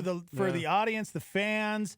You know, people were coming to Christ because of him coming back, and God was able to use him. So that to me is, wow, that's what we're supposed to be doing. You know, if that's where God's putting you, you know, not everybody is going to be put in that situation. I'm not saying that everybody needs to be in a situation like that, but that's what God's doing with Brian. That's what God's doing with Lecrae. I'm looking at some of these comments, and people that have never heard Lecrae are looking at this with like respect and going, wow, man, this is pretty cool. Christian artists teaming up with Rex. That's pretty sweet. Yeah. You know, I want to check out Lecrae. There's some pretty cool things going on. I only caught part of this radio broadcast. I didn't catch the whole story. So, well, you need to listen, sir. You need to listen. I'm just kidding. I'm kidding, sir. Thanks, man. Thanks for chiming in. It. Yeah. All right, man. Thank you so much. Go ahead. Me? Yeah. I'm not. None of this is my personal opinion. I'm just sharing No, I want others' your thoughts. personal opinion. I want your personal opinion. None of us knew God's plan, so all of us should stop talking. Quick to listen, slow to speak, slow to anger. Sounds like there's a lot of angry Christians out there right now. Another member of the Army said, when talking about being around people who are unbelievers and cursing, you can't always control that, but you can control what you lend your vocals to. There is a huge difference. Lecrae received criticism on this before because he worked with non-believers as well. Another member of the Army chimed in with John chapter 17, verse 14 through 16. Come on. Which says, I have given them your word, and the world has hated them, for they are not of the world any more than I am of the world. My prayer is that you take them out of the world, but that you protect is not that you take them out of the world, but that you protect them from the evil one. They are not of the world, even as I am not of it. Okay. Go ahead. Good morning. Good morning. What do you think, man? Hello? Yeah, go ahead. What do you think? What's your thoughts? Hey, man, so I'll tell you, it really is. I'm going to boil it down to, I was the guy when you walked in the room, they were like, oh, don't cuss because Pete's around. And God really had to show me I was being a Pharisee, right? I'm not a Pharisee, but I was being pharisaical. That's a good word. And I had to see they're not looking at Jesus. They were looking at me because I was a nice guy. I was a Christian. I was a Bible study leader. I was doing these things. And I thought, when Jesus is in the room with those guys, the tax collectors, man, they were cussing. And he was looking at their heart. And I'm not looking at their heart. I'm looking at the outside to make sure, the cup is clean. And not until I had to humble myself to be like, I could be in a room where they're cussing. I remember the first time I said a cuss word in years. That was probably one of the best ministry because I'm not better than anybody. I'm just a dude who needs Jesus. And if we ever get to the point where I am, there's nothing good in my flesh, which means my brain, my arms, my everything, nerve endings. It's only Jesus. Then I started to be able to be useful in places where I was useless. And so that first look of ourselves and our plank in our eye, man, then we can help with the splinter. Good word, man. Isn't that crazy how as we get closer and draw closer to God, our sin becomes like we see it, we feel it more. Yeah. We feel more disgusting. And I think we also become more sensitive to those around us who do not know the truth because, like you were saying, you couldn't be used, and now you can because you see through different eyes. And so, I love that. Thank you so much for calling. That's good. Yeah, no, thank you guys for the conversation. Yeah, man. We'll see you. Our boy Mark in Tempe chimed in and said, why are we so easily scandalized? The world is rated R. Let's stop acting shocked about this and just be the light. My industry is a magnet for homosexuals. They're always shocked that I can and will hang out with them and actually enjoy their company without being weird. Let's be known for how we love, not for what we're standing against. Amen. Most people don't avoid the church because of what they have to give up, but because they do not sense the love or community we are always professing. I love that. That's good. That's a good word.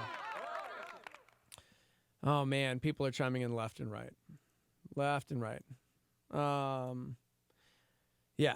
Somebody said, how many Christians judge many other hip-hop artists? NF, Andy Mineo. Man, NF blew up. That guy. Yeah. Somebody says, Lecrae didn't even curse. Why are we even worried about it? If he did, whatever. It's wrong. It doesn't mean he lost his salvation, which can't be. It just means that he sinned, which is what God forgives. It's funny because that's kind of like the crux of the conversation is whether or not that even is a sin. Because some are saying, whoa, wait. What are we talking about? Why are we saying... Like, it's crazy that Lecrae is getting blasted for this when he didn't use foul language. It's sad because it just doesn't surprise me at all. Yeah. Because that's what we do. Yeah. Somebody says, the Bible does talk about swearing. I'm curious, though, words that were considered bad about 25 years ago are okay now. So does that mean that we were sinning then, but we're not sinning now? I don't know, man. Adultery, murder, lying, etc. These have and always will be a sin. Swear words? I just don't know. Somebody else says opinions don't matter. Just keep it biblical. Yeah. The problem with that is I think we're looking at the same verses but reading them differently. And therefore, I think we're wanting to be biblical about it, but we still have different opinions based upon Scripture. Somebody just chimed in and said, there is so much to be said about this. First of all, trying to use Ephesians 4:29 as a justification for judging somebody for using a, quote, curse word is completely out of biblical context. That verse is talking about tearing each other down with words or building each other up with words. So it's not even about a cuss word, because I could call you a dumb, and that's going to tear somebody down, and that's not a foul word. We went through a lot of therapy. Yeah. You and I. Also, if anything, we should learn from Romans 14, as a weaker, stronger brother, we should not judge one another for what they abstain or participate in. It's interesting to note that the condemnation the Jewish leadership had for Jesus was that he ate with sinners and tax collectors and was judged for it. Yeah. Here's one from an atheist. Wow, you religious people. Ha ha, y'all probably the worst offenders. That kind of sums it up. If you're like a non-Christian looking in, you're like, yeah, that's how we look, people. That's how we look. Yeah. Which stinks, because going back to the point earlier from that member of the Starmy who said, people aren't staying away from church because they're worried about what they're going to have to give up. They stay away because they just don't sense love or joy. Exactly. In this community. Yeah. It's in like an angry mob mentality almost. Nobody wants to be around that. Yeah, exactly. A lot of Christians don't want to be around that, you know? Yeah. A lot of people that love God and want to be in church don't go to church because they don't want to be around other Christians because of the way that they act. It's just so ridiculous. You got to stop it, man. All right, we got to take a quick break. A lot of people chiming in, talking about Lecrae teaming up with this hip-hop artist, Rex Liferage. And Rex says one cuss word in the song, and Lecrae doesn't, but he's associated with it. And, of course, a lot of the Christian community is losing their minds over Lecrae. We're live on Facebook and YouTube at Star 88 FM. If you guys want to chime in, we're live from the Dream Style Remodeling Star 88 Studios. We'll be right back. Tony Evans. This is a Star 88 Supernova. How do you know when you need your soul restored? Because you're thirsty and you can't find water. There's dryness of heart. You get up and go has gotten up and gone. Some may be here today and say, I don't deserve this dryness. What did I do to deserve this dryness of soul? Some things happen just because of where you live. I'm sure you, like me, go to your mailbox from time to time, and while most of your letters have your name on it, every now and then there's a letter that simply says, occupant, for whoever lives here. See, certain things happen to you just because you're an occupant on planet Earth. You just live here. And because you live here, the world, the flesh, and the devil drains you. That was Pastor Tony Evans on a Star 88 Supernova. Here's a solar flare from A.D. Simpson. When I cannot understand my father's leading, and it seems to be but hard and cruel fate, still I hear the gentle whisper ever pleading, God is working, God is faithful, only wait. Star 88.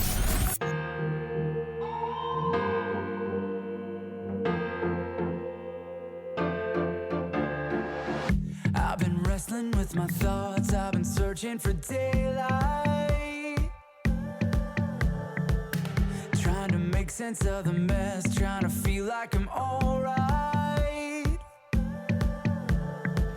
All these questions without answers, feeling restless and abandoned. Will you hear my call?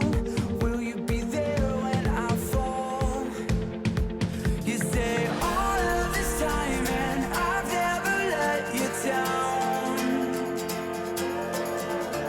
I carried you then, I'll carry you here and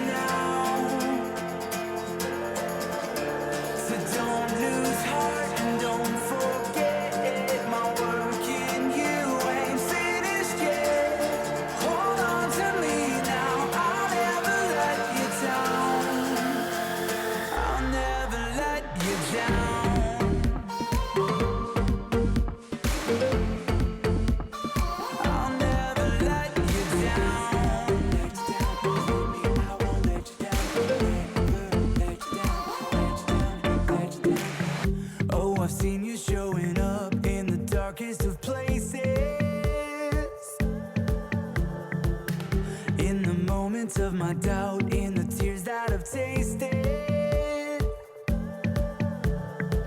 Would you take me this far just to leave me? That's not who you are. I know you hear my call. You're always there when I fall.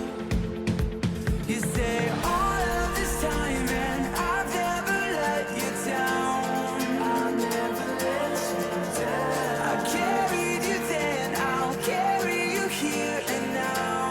I'll carry you here and now. So don't lose heart and don't forget it. My work in you ain't finished yet. Hold on to me now, I'll never let you down. I'll never let you down.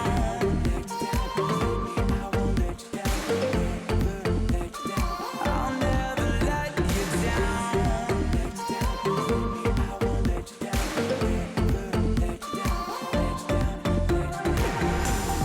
Caught in chaos, I'm knee deep, wrestling with all of my disbelief. In this moment, I hear you speak, break through the noise and consume me. I change with the seasons, I lose sight of faith. When my hope is gone, I know that you'll stay the same. Your gentle whisper, a familiar sound. I know you won't let me down. All this time and I've never let you down. I'll never let you down. I carried you then, I'll carry you here and now. I'll carry you here and now. So don't lose heart and don't forget it. My work in you ain't finished yet. Hold on to me now, I'll never let you down. I'll never let you down.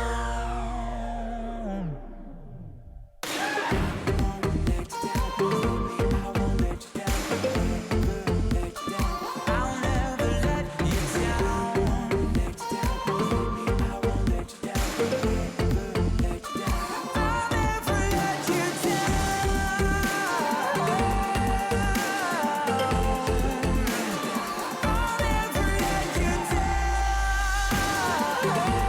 I'll never let you I'll never let you down. Exposing the enemy. Here's a Star 88 PowerPoint from Pastor Jimmy Evans. We live in a world with an evil devil, and he's laying snares for us. He has a method. He has a plan. As surely as God has a plan for your life, the devil has a plan for your life too. And this exposes him.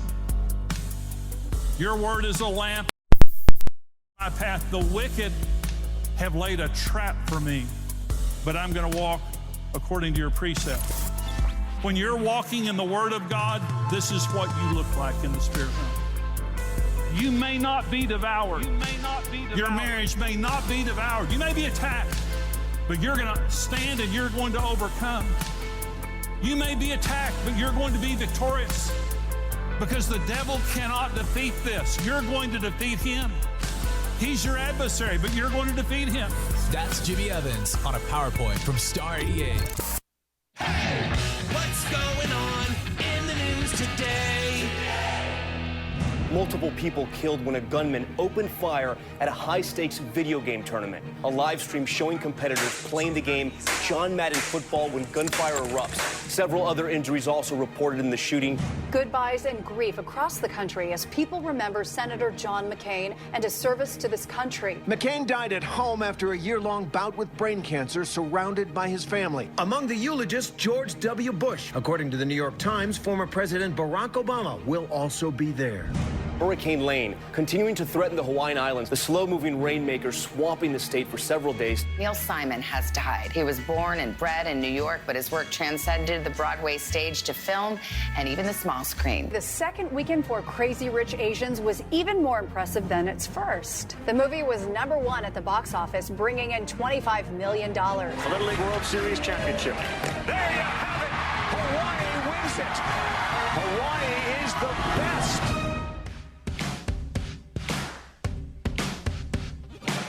Crazy Rich Asians again. right, man. It's all about that Logan Paul and KSI. Good morning, everybody. Hey, thanks so much for hanging out with us. Joining us on the app. A lot of people streaming us right now. Star 88 in the App Store, downloading. Also Facebook and YouTube Live at Star 88 FM. A lot of people chiming in about Lecrae joining up with this hip-hop artist who isn't a Christian. Lecrae is, if you didn't know that. And a lot of Christians are pretty upset. They're not going to listen to Lecrae. We're not going to support you anymore, Lecrae, because you teamed up and there's a cuss word in the song. We out. We done with you. A lot of people are saying. And it seems like, what would you say? The Starmy is split? Or it's pretty divided. Pretty divided? I think if there's one area we are probably united, and it's that when we speak of unwholesome talk or obscene language coming from our mouth, it comes from the heart, right? So we were talking off air with Phoenix about that very idea. Yeah. Like I could say, like we were saying earlier, I could call you a dumb, and that's not necessarily obscene, but what's the heart behind it? Right. Are our words edifying, That's or not are they tearing encouraging. down? Are they cutting? Right. Because I know some pretty intelligent people who don't use swear words, but are really, really good. Really sharp with their words. At using proper language to make you feel insignificant. You definitely, not to call you out or anything, but you're pretty good with your tongue. Like, thank you. I would never want to debate you, and I have, and I usually just stop because I'm like, okay, I'm done. Whatever. No, you're pretty. That's No, one stop gift it. that you have is you're very gifted with your tongue and the way that you speak. I've always been very, I've been jealous of that. I've always respected you, and I think a lot of you because you have that gift, but you could also use it. Oh, easily. To really hurt somebody or cut them down. Yeah. Not meaning to, but I mean that could be kind of a hard thing if you do have that ability, Yeah. Well, you got to be careful. I mean, the Book of James talks at length about that. Book of James might be the book I read most, which is simply because I constantly am trying to remember that because our tongue is a weapon, and man. But I do think at times we can become quite legalistic in our ideology with that. Mm-hmm. Because, again, we're talking about our language, and it's building up or tearing down. And I'm not saying that, then it's okay to curse if you're using it joyfully. But I think we're missing part of the message in that it's talking about what we are doing and whatever is pouring out of our heart. And Right. Is it malicious? Is it angry? Is it hateful? Man. Yeah, okay. On the flip side, because somebody on YouTube, I think it was, I saw a comment and talked about how Tech9 tried to join up or team up with a Christian artist, and they were denied. Yeah, they basically shunned him and were like, nope. And so Tech9 actually did a song, probably trashing Christians. It's called Holier Than Thou. Wow. See? Like, what are your thoughts on that? If a non-Christian artist wanted to team up with a Christian artist, do we shut the door in their face and say, sorry, we can't associate with you? Or so here's the thing. We do this regularly. We interview people. I mean, we knew ahead of time who has become a very, very dear friend of the show. I had a chance to hang out with him this year on the set of Better Call Saul. His name is Jonathan Banks. And he was raised, man, in a gnarly situation. We had an hour-long interview with him to a point where he is very much so a staunch atheist. And you hear a story and you go, okay, I see why. I see where this comes from. Yeah. And yet he is also the dude that got an honorary doctorate from the University of Indiana because of his humanitarian work, because he deeply cares for the widows and orphans. And I'm going, hey man, this is the Book of James. You're talking true religion here. And we were able to have a really good conversation. Now, we're a Christian station. You and I are Christians, but we still associate with famous actors or artists that aren't necessarily Christians. We have them on the show. Yep. We talk about whatever they're doing in life. And we also make it a point to, at some point, bring in scripture or a biblical point of view in those conversations. But I mean, that's what we're talking about here. Right. And Lecrae is getting blasted right now for being on this song. I have so many thoughts, but again, it's slow to speak. So the Starmy has been chiming in quite a bit, actually, on this conversation. But yeah, I mean, the artist was The Truth, who kind of shunned Tech Nine. I guess Lecrae was the one that like hit him up and was like, hey, can we do a part 2? Because unfortunately not everyone agreed with that. And hit up Tech Nine. Yeah. I was like, hey, let's do another track, because it's true. We gotta be careful, all of us, because as Christians, you see what happens. One person does one thing, and now that is just stamped over all of Christianity or the church, and it's labeled that way. And it's really unfortunate. Yeah. So, yeah. Yeah, you can text in. You can call us. Phone lines are open, 505-338-3700. Christina says, I think as long as he wasn't the one cussing, it's okay. You have to remember that usually they send them the instrumental and they record separately, sometimes hundreds of miles away. Yeah. It's a good call. Yeah. I think we're good. We've exhausted it. We have. Speaking of the church, do you want to go here? Yeah, go here. Go there. Go here. There. Reading conversations, this morning we're talking about how to reach people, and there's one people group that seems to be the least churched, and it seems the church doesn't know what to do about it. So I'm reading an article on Christianity Today that talks about headlines from the past decade, dating back to 2011. I'll start there. Why don't most men go to church? Why men still hate going to church? Because there's no brewery? 7 actions to engage men in your church. Why do men hate church, and what can be done about it? Mending men's ministry. And now I guess there's a newsletter called The Masculinist, which reflects on a monthly basis on the reasons why men are leaving the church. Women, fine. Kids' church, fine. But looking at this, the least churched right now are the men, and the church just doesn't seem to know how to draw in men. Is there like a list of top reasons why men aren't going, or is there? Well, this dude started writing a monthly podcast or a monthly newsletter, blog, talking about the idea for the project because it came from the knowledge that church attendance greatly skews female. They drive toward the female. Women's ministries, children's ministries, and then the realization that a number of non-Christian writers, authors, and cultural commentators were grabbing the group's attention. So the church isn't grabbing the attention of the man, but then on the flip side, you've got the Joe Rogan podcast, which is the #1 podcast, and that is very, very male-dominant. Authors, a lot of the different cultural commentators, that's where the dudes are flocking to. So he said, what is it that all of these people are reaching men with essentially a secular self-help message, but somehow the church's message is not working for men? When I became a Christian, I maybe naively took everything in. I felt like the teachings that I was getting about how to be a man, how to interact with women, sadly, they just weren't working for me. And his unhappiness with the church led him to ask a lot of questions and kind of figure out what it meant to be a man, because that one idea of what it meant to be a man didn't sit well with him. He didn't understand. So the question becomes, like, how can churches welcome men? Because it seems, according to this article anyways, they are the least welcomed to the church as well. Which is interesting considering that men still hold most, if not all, pastoral positions within a church.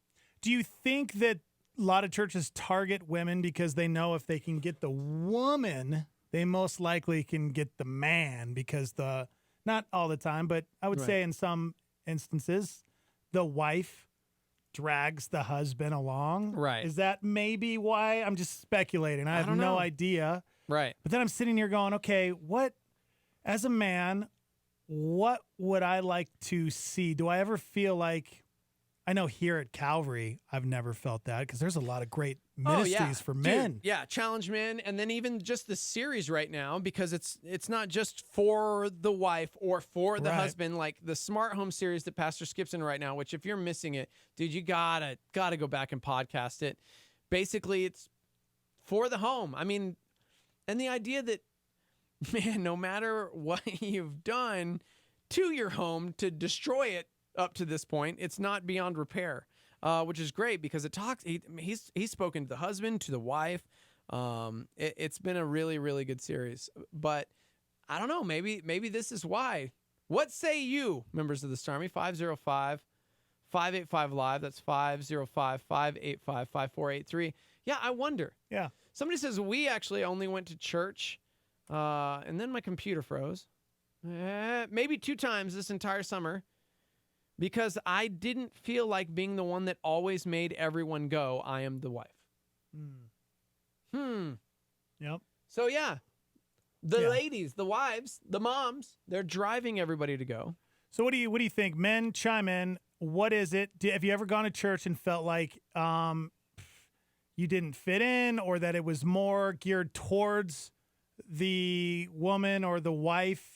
And what could you do? What could a church do to make you feel more welcome? Sammy says third wave feminism. That's what's scaring men away from the church. Somebody says it could be a generational thing. Somebody says for them, it's the church is just now a business. Maybe they see that. It's like a business like model. They're targeting that demographic. Yeah. Yeah. I mean, that's could be.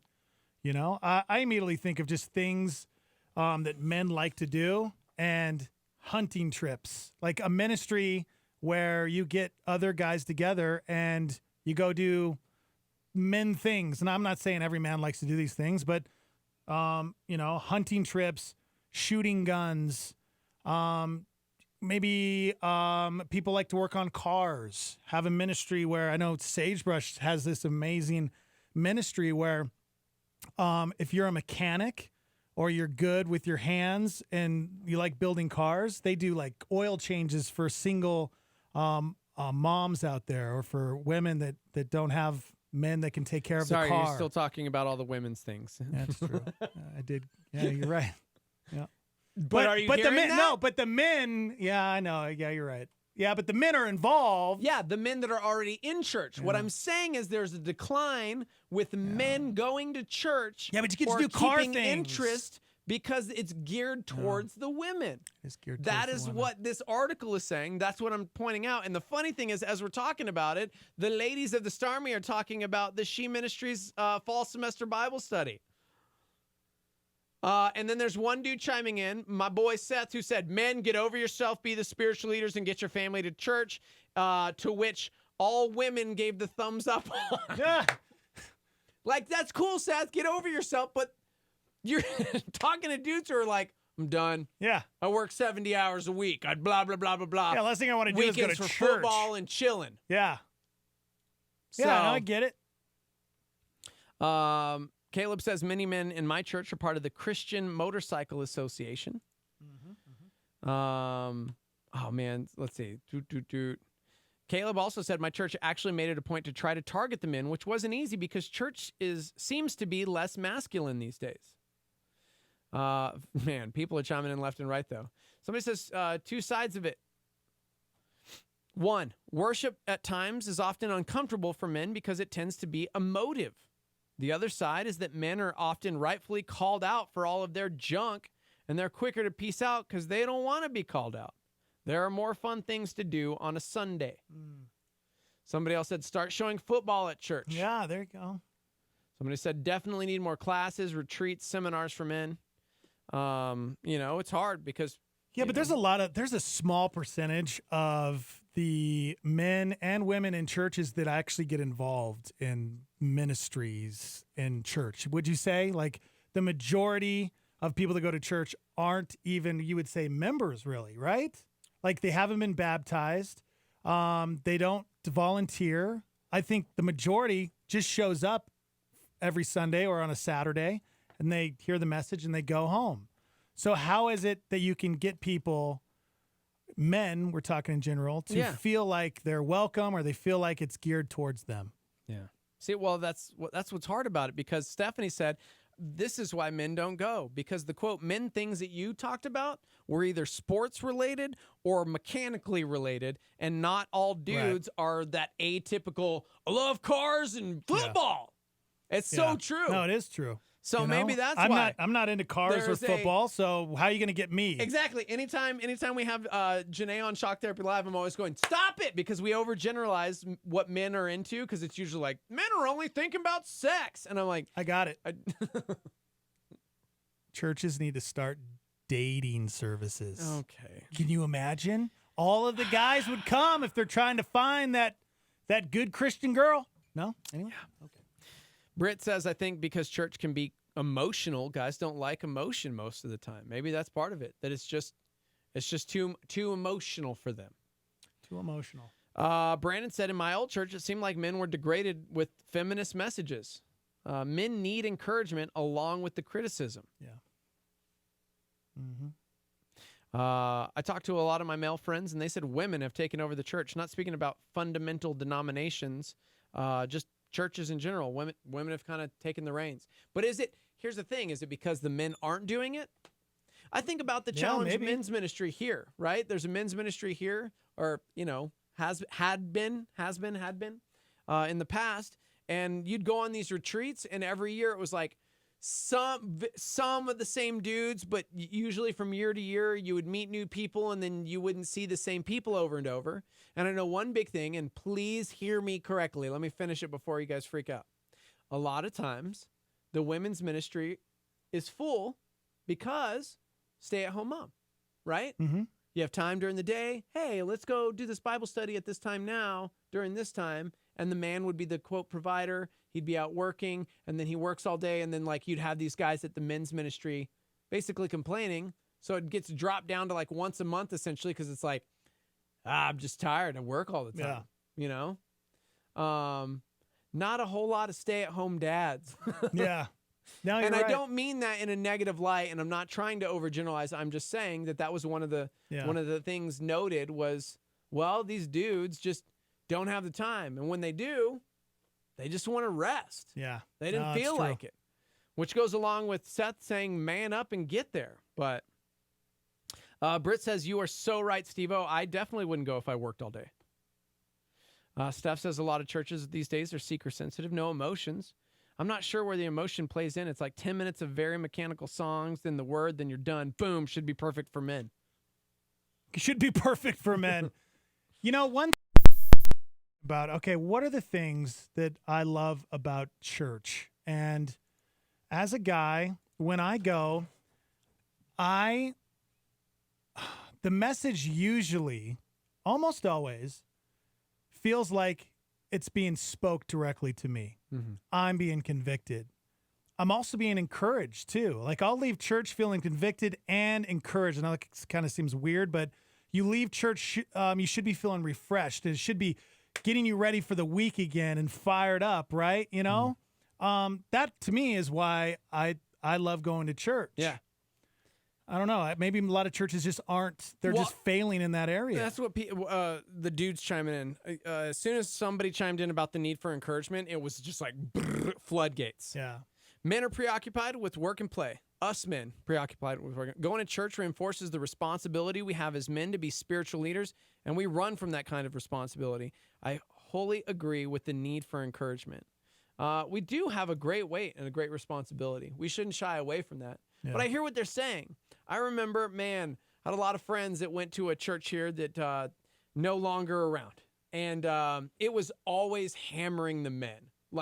You will work 7 jobs. You are to be the provider. And if you cannot, Scripture says you have denied the faith. You're worse than an unbeliever. Men, you need to man up and be a man. And it was, and there was no encouragement or no instruction on maybe, I don't know, how do we do that in a society, in a culture that actually is saying to stop it because now we're stereotyping a men's role and the women don't need the men because they are the workforce and because they are. So it's really interesting. I'd never honestly thought about it until I started reading this article. But if you're just joining us, the church, According to this study, the church does not get men, and it is at the lowest point it's ever been as far as church attendance for men who are not drugged at church by their wives. Yeah, and it sounds like nationwide epidemic. Sounds like encouragement is the number one thing a lot of men are saying. They don't feel encouraged when they come to church.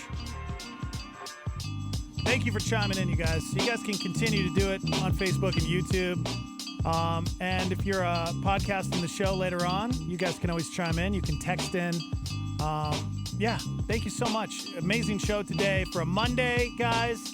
We came in and it was a stinky Monday, and it turned out, you know what? Monday's going to be good. It's going to be a good Monday. All right, we'll upload the show on Facebook and YouTube. If you missed it, you can go back and watch the show, get caught up. We talked about a lot of different things this morning. Dogs, Lecrae, and of course, men in the church. So, guys, have a beautiful Monday. Steve-O, have a beautiful Monday. Hey, you too, buddy. All right, man. We'll see you tomorrow. Bye.